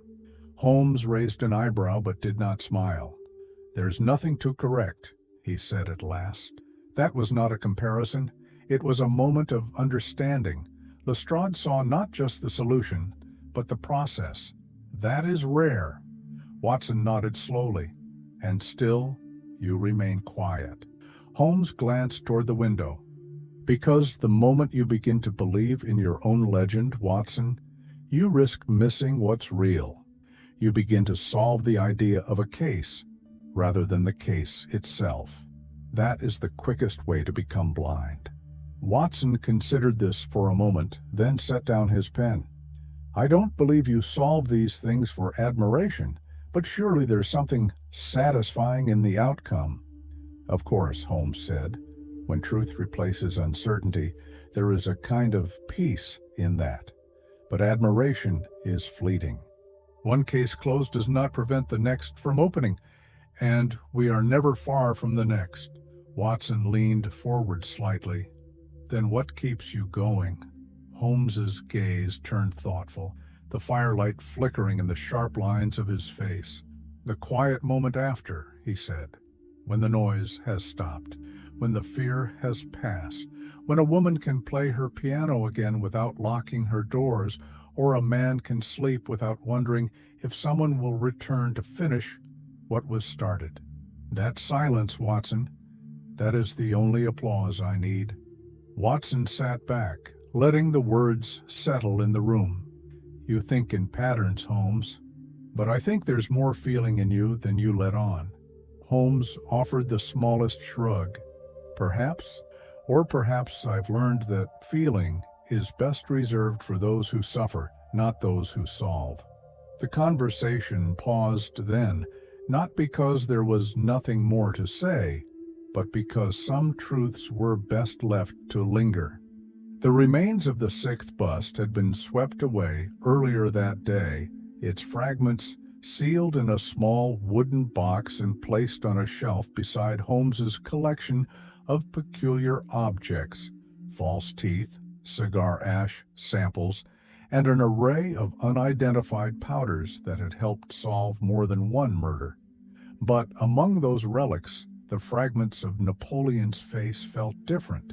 They were not proof of a crime, but of a man's mistake, a man who had tried to hide something too well. Watson stood and crossed to the window, looking out at the darkened street below. London always looked the same from up here: smoke, lanterns, movement. But now, knowing what had almost been lost, the familiar view felt more fragile. Watson turned back to Holmes. "Will you ever tell her, Miss Brown?" "Yes, that the bust she parted with held a jewel of unimaginable worth?" Holmes looked down at the edge of his violin, his fingers resting idly on the strings. "No, she was spared the danger. That is enough." Watson smiled faintly. Always the protector of the unknowing. Holmes said nothing. At length Watson returned to his writing. The fire continued to burn low, casting an amber glow over the quiet flat. Outside, Baker Street remained unchanged, but inside, the man who had caught a killer with a fragment of plaster and a pattern of logic had once again restored balance to a world teetering on the edge of chaos. And yet, he did not claim triumph. He simply folded it into memory, Later that night, long after the lamps of Baker Street had dimmed and the last trace of visitors had vanished into the darkness outside, Watson sat alone with his notebook, the amber glow of the fireplace casting soft light over the pages. Holmes had retired to his room, not to sleep. Watson doubted he slept more than 2 hours at a time, but to think, to process, perhaps even to play a few quiet notes on his violin in the dark, as he often did when a case reached its end. Watson, however, was left with reflection. As he dipped his pen once more and scribbled the next paragraph, he paused, reading over his own words. They detailed the final confrontation, the shattering of the sixth bust, the reveal of the black pearl of the Borgias. He had written it cleanly, clearly, with the precision Holmes always insisted on. But the story, he realized, was not just in the facts. It was in the way Holmes had followed them. That, Watson thought, was what separated Holmes from everyone else. Not the tools, not the knowledge, but the method. Holmes did not hunt chaos with bravado or guesswork. He traced its shape in the dust, heard its echo in silence, and waited patiently for the storm to circle back on itself. It wasn't magic. It wasn't luck. It was the most disciplined form of observation Watson had ever encountered. And this case, the case of the 6 Napoleons, was perhaps the finest example of it he had witnessed to date. Watson wrote carefully. He did not merely pursue the crime. He listened to it. In the shattering of each bust, in the precision of Beppo's movements, Holmes heard intention. Where the Yard saw only vandalism, he saw a question. Why only Napoleon? Why nothing else disturbed? He followed that singular note until the pattern revealed itself. In the end, Holmes's genius lay not in what he knew, but in what he chose to notice. Watson paused, then underlined that final sentence. He could still see the moment when Holmes had stood in front of the 6th bust, hammer in hand, his gaze cool but certain. There had been no hesitation, no need for flair, just action, quiet, calculated, effective. And then there was the aftermath. Holmes had not basked in success. He had not lectured or smiled or leaned back in his chair with theatrical satisfaction. He had simply recorded the facts, handed over the pearl, and returned to his usual state of distant introspection. That, Watson thought, was what made him extraordinary. He did not solve mysteries to be admired. He solved them because he could not ignore disorder. Because logic to him was not a tool, it was a language, one he spoke fluently, while others struggled to form the first sentence. Watson closed his notebook gently, the ink still drying. He would complete the final version in the morning. But tonight he felt a deeper understanding of Holmes's mind than he had in some time. They had worked together for years, shared rooms, danger, meals, and silences. And yet, every now and again, a case like this reminded Watson that Sherlock Holmes remained, in many ways, unknowable. Not because he was secretive, but because he existed on a plane just slightly outside the reach of others, close enough to help them, always, but never quite one of them. As Watson extinguished the lamp and prepared to retire, he glanced once more toward Holmes's door. He imagined the detective seated in his room, eyes closed, listening to a melody only he could hear, a melody of deduction, logic, and silence, and perhaps, just perhaps, satisfaction. The following morning arrived with a quiet, muted light filtering through the fog that hovered just above the rooftops of Baker Street. The coal smoke from chimneys drifted lazily across the skyline, and the city, though awake, moved at a slower pace, as though reluctant to disturb whatever calm had settled overnight. Holmes was already up, dressed, and seated in his usual chair by the fire. A half-eaten piece of toast sat on the plate beside him, untouched for nearly an hour. He was not reading nor writing. He simply stared at the fire, his fingers pressed together beneath his chin, his posture relaxed but deeply engaged in thought. Watson entered with a quiet yawn and a cup of tea, settling into the chair across from him. "Still thinking about Beppo?" he asked. Holmes nodded slowly, his gaze still fixed on the flicker of flames. "Yes, not about the case per se, that's done, but about the man behind it." Watson raised an eyebrow. "Curious," he said. "You usually discard the criminal once the puzzle's solved." "This one lingers," Holmes replied. "There's something illustrative about him." Watson leaned forward slightly. "In what way?" Holmes reached for the poker and adjusted the coals gently, the light dancing across his face as he spoke. Beppo was a man of skill, a craftsman. Before he stole anything, before he hid a pearl in a statue, he was already accomplished with his hands. The plaster busts were not just his camouflage.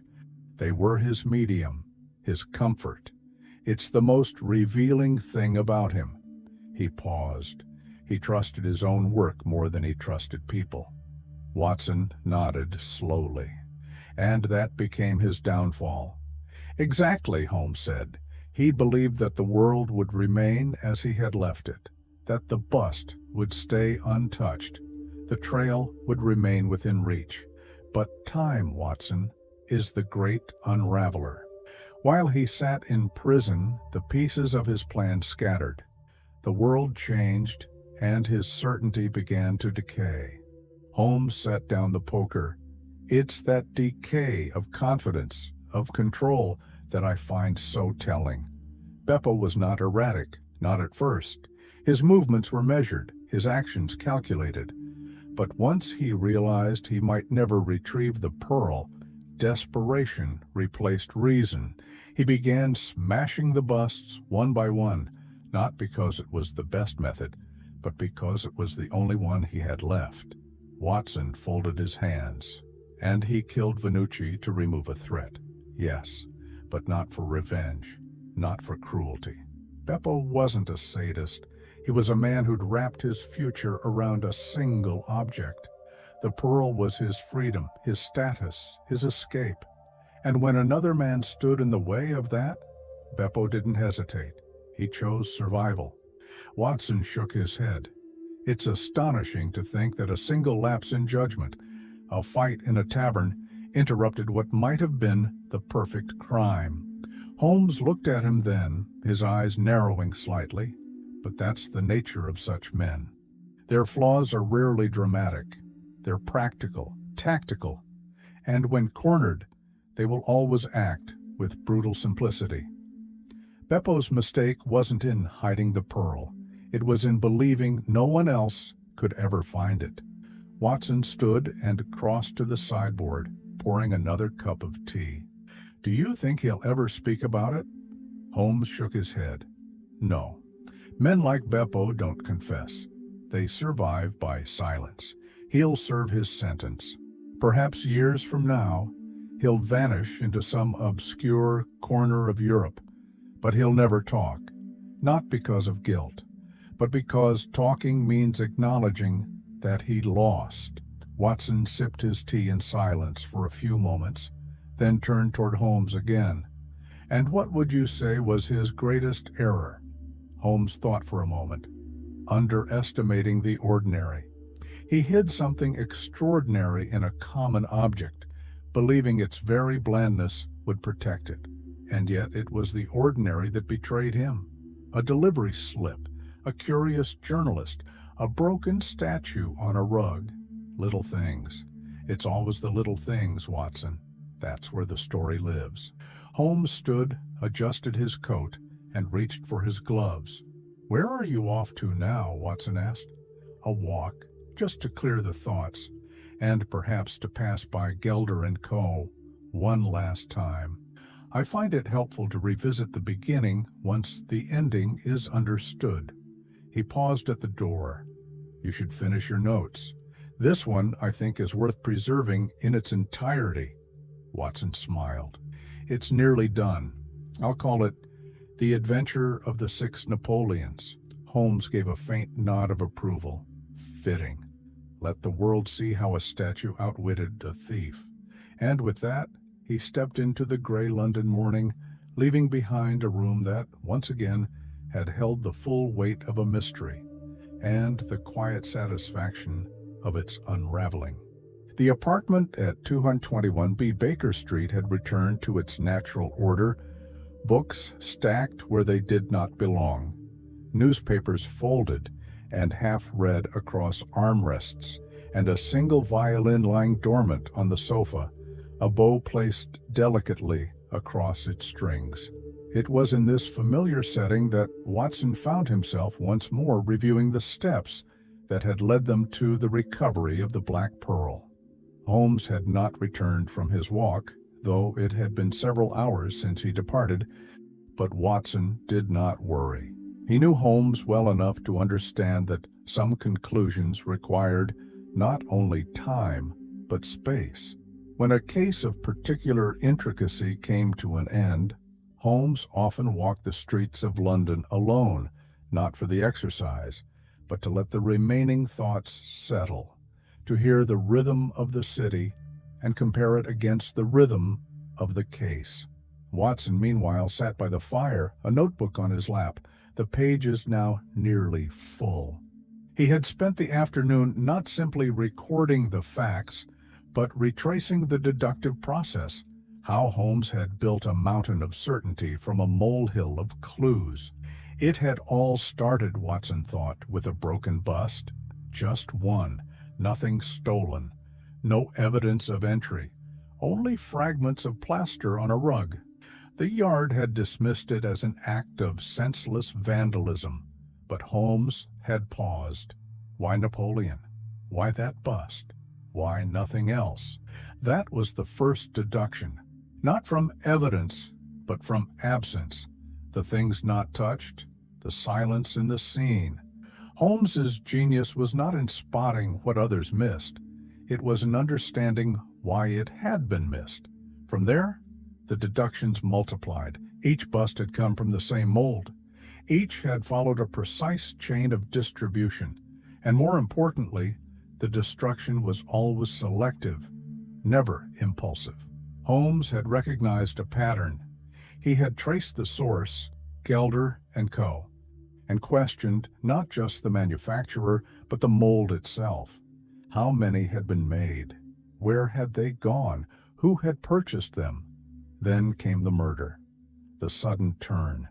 The case shifted from peculiar to deadly with the death of Pietro Vannucci. And even then, the scene had echoed the same rhythm. A smashed bust, nothing stolen, and a victim whose connections ran beneath London's surface like hidden wires. Still, Holmes did not leap to conclusion. He followed the details like breadcrumbs. He uncovered Beppo's employment history, his prior arrest, his ties to the studio and the mold. And then, most brilliantly, Holmes calculated what Beppo didn't yet know. That was what made the final trap possible. Holmes deduced not only what had happened, but what the criminal still needed to happen. That allowed him to act preemptively, to buy the last bust, to place it subtly into the path of the pursuer, to wait. It was, Watson wrote now in his notebook, the purest display of Holmes's method. Not intuition, not chance, but layered, recursive logic. Every step built on the one before it, every choice made with purpose. Watson paused and dipped his pen again, scribbling softly. The strength of Holmes's deduction lies in restraint. He does not pursue every theory. He waits, he watches, and then, at precisely the right moment, he moves. That is his difference. That is what makes him singular. He sat back and read the sentence again. Yes, he thought, that would do. The door opened then, and Holmes stepped inside, brushing a light film of rain from his shoulders. His eyes were calm, thoughtful. "Did you enjoy your walk?" Watson asked. Holmes nodded, setting down his gloves. "Quite. I find the city has its own way of reminding us of consequences. Every stone laid in haste becomes uneven with time. Every shortcut invites decay. Watson gestured to the notebook in his lap. I was writing about your deductions, how you built the entire case from a single broken statue. Holmes glanced toward the fireplace. That's the way most truths are built, from something small, unseen, but once noticed, impossible to ignore. Watson tapped the page. You turned a piece of plaster into a map. Not just a map, Holmes said, sitting down. A motive, a man's psyche. The busts were not the mystery. They were the mirror. Beppo left a trail not because he was foolish, but because he was human, and all humans reveal themselves eventually. Watson closed the notebook, satisfied. You always make it sound so simple. Holmes gave the smallest smile, only because the hard part has already passed. They sat in comfortable silence for a moment, and then Holmes added quietly, the most dangerous detail, Watson, is the one that looks ordinary. Watson nodded. And yet, that's the one you always see. Holmes looked into the fire. Only because I've learned to trust what others dismiss. By the week's end, the final threads of the case had been neatly tied. Scotland Yard, satisfied with the evidence, prepared formal charges against Beppo Cantalupo, not only for the string of break-ins and destruction of private property, but for the theft of the Black Pearl of the Borgias and the murder of Pietro Vannucci. Holmes received the final docket 2 days after his last conversation with Lestrade. The report was clean and complete. It included Beppo's arrest record, the list of known associates, his prior employment at Gelder & Co., and the autopsy results on Vannucci, which confirmed what Holmes had already deduced. The wound had been delivered swiftly and with precision. A calculated act, not one of rage, but necessity. As Holmes read through the final lines, a soft knock came at the door. Watson, seated near the fire with a book half finished in his hands, rose to answer it. It was a courier. A leather-bound envelope, addressed to Sherlock Holmes, sealed with a wax insignia. Watson recognized at once, the crest of Lady Morcar's family. Holmes took it gently, sliced it open with a brass letter opener, and unfolded the thick paper inside. The letter was brief. Lady Morcar expressed her gratitude with elegance and discretion. The pearl had been returned to her estate, and now rested once more in the secured vault it had been stolen from, under new and significantly stricter safeguards. She made no mention of reward. Holmes had not requested one, and she offered no invitation for a future meeting. Just a single, final sentence. Some things are too valuable to be spoken of often. I thank you for restoring what cannot be replaced. Holmes folded the letter carefully and set it aside. Watson poured 2 cups of tea and sat down again, observing the quiet satisfaction in Holmes's expression. You're pleased. I'm satisfied, Holmes replied. There's a distinction. Watson gave a slight smile. Because the object was returned? Because the logic held, Holmes corrected. Because every piece fit where it belonged, and because justice, however delayed, was done cleanly. There are cases where the truth is muddied by doubt. This was not one of them. Watson sipped his tea. And Beppo? He will be tried. The evidence is undeniable. Witness accounts, his own fingerprints on the 6th bust, and Vannucci's blood beneath his fingernails. The pearl's recovery seals the narrative. He'll be imprisoned? For a long time, Holmes said. He may never leave prison. Not for the theft, though that would have been enough, but for the killing. That's where the scales finally tipped. Watson looked into the fire, his voice softer now. And what of the others?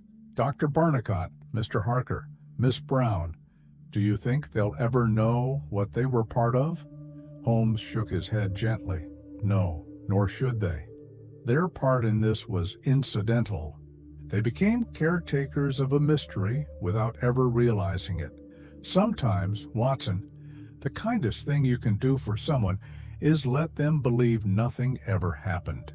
The two men sat in silence for a while, the fire crackling gently in the hearth. Outside, the noise of carriages passed along Baker Street, muffled by the closed windows and the steady hum of late winter settling in. Holmes leaned forward at last, his fingers steepled, voice low.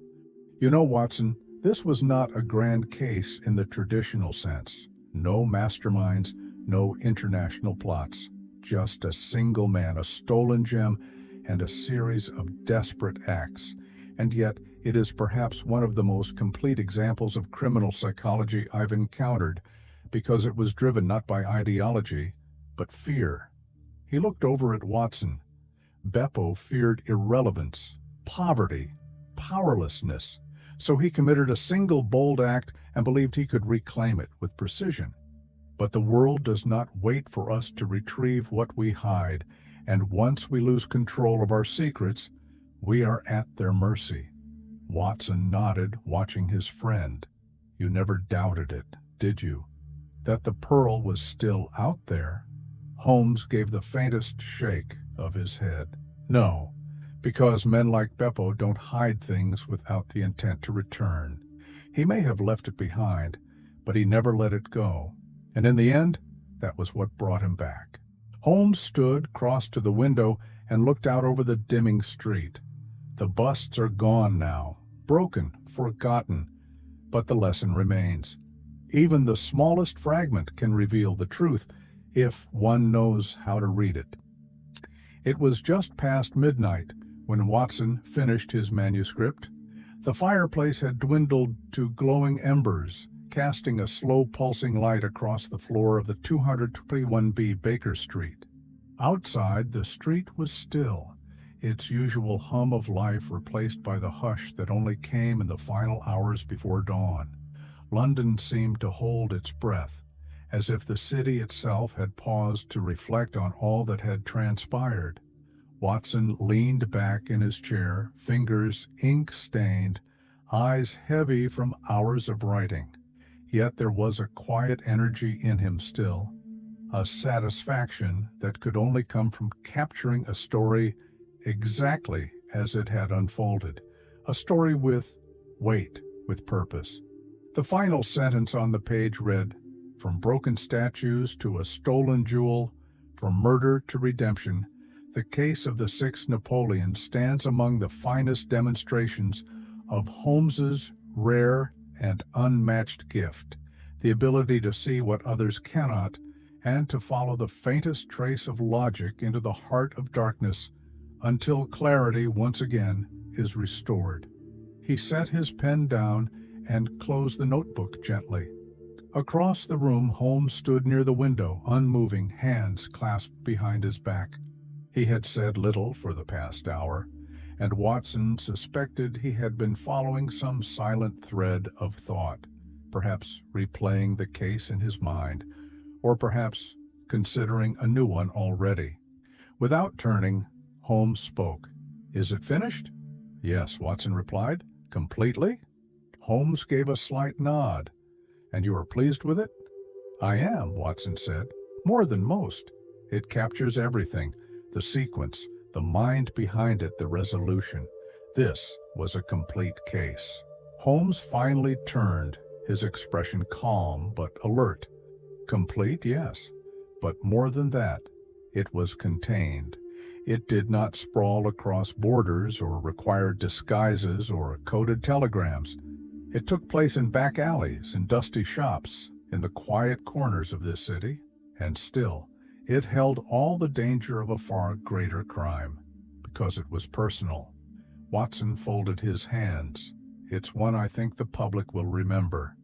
"They should," Holmes said, "not for the pearl, but for what the case revealed, how fear distorts reason, how secrecy breeds desperation, and how sometimes the greatest secrets are hidden not in darkness, but in the most ordinary of places. Watson stood slowly, crossing to the fireplace. He stirred the embers slightly, watching them flicker back to life for a moment before fading again into glow. You know, Holmes, I often wonder how many more mysteries are hiding in plain sight, waiting for someone like you to pull back the curtain. Holmes gave the faintest of smiles, more than we'll ever find. But perhaps that's the point. The world doesn't ask to be solved entirely, only understood, piece by piece. He stepped away from the window and returned to his chair. The hour was late, but his eyes still carried that restless glint Watson knew so well. "I suppose tomorrow another telegram will arrive," Watson said. "Another man with a problem. Another small thing that leads to something much larger." "Undoubtedly," Holmes replied, "and we'll begin again." The two men sat in silence, each lost in thought, surrounded by the evidence of their work. Books stacked high, maps unfurled, notes half-written. But tonight there were no questions left unanswered. The busts were gone, the pearl was recovered, Beppo was behind bars, and the city slept a little more safely. Watson reached for the notebook once more and placed it gently on the corner of Holmes's desk, where it would wait to be typed, printed, and eventually read by thousands. And as he did, he thought not just of the crime or the deduction or the chase, but of the rare, quiet satisfaction of justice fulfilled. A story that began with broken plaster had ended with clarity, and that, he thought, was the mark of a classic Holmes case. And now, as the final lines of this quiet mystery settle in the mind, may you carry with you not the weight of crime and consequence, but the comfort of resolution. Let the gentle rhythm of truth, slowly uncovered and patiently understood, guide you toward rest. Tonight all questions have been answered, all loose ends gently tied. The last light has dimmed in Baker Street, the city has quieted, and even the sharpest mind is allowed to sleep. Close your eyes now. Let the calm of solved things wrap around you like a warm blanket. All is well. Good night. And now, as the final lines of this quiet mystery settle in the mind, may you carry with you not the weight of crime and consequence, but the comfort of resolution. Let the gentle rhythm of truth, slowly uncovered and patiently understood, guide you toward rest. Tonight, all questions have been answered, all loose ends gently tied. The last light has dimmed in Baker Street, the city has quieted, and even the sharpest mind is allowed to sleep. Close your eyes now. Let the calm of solved things wrap around you like a warm blanket. All is well. A good night.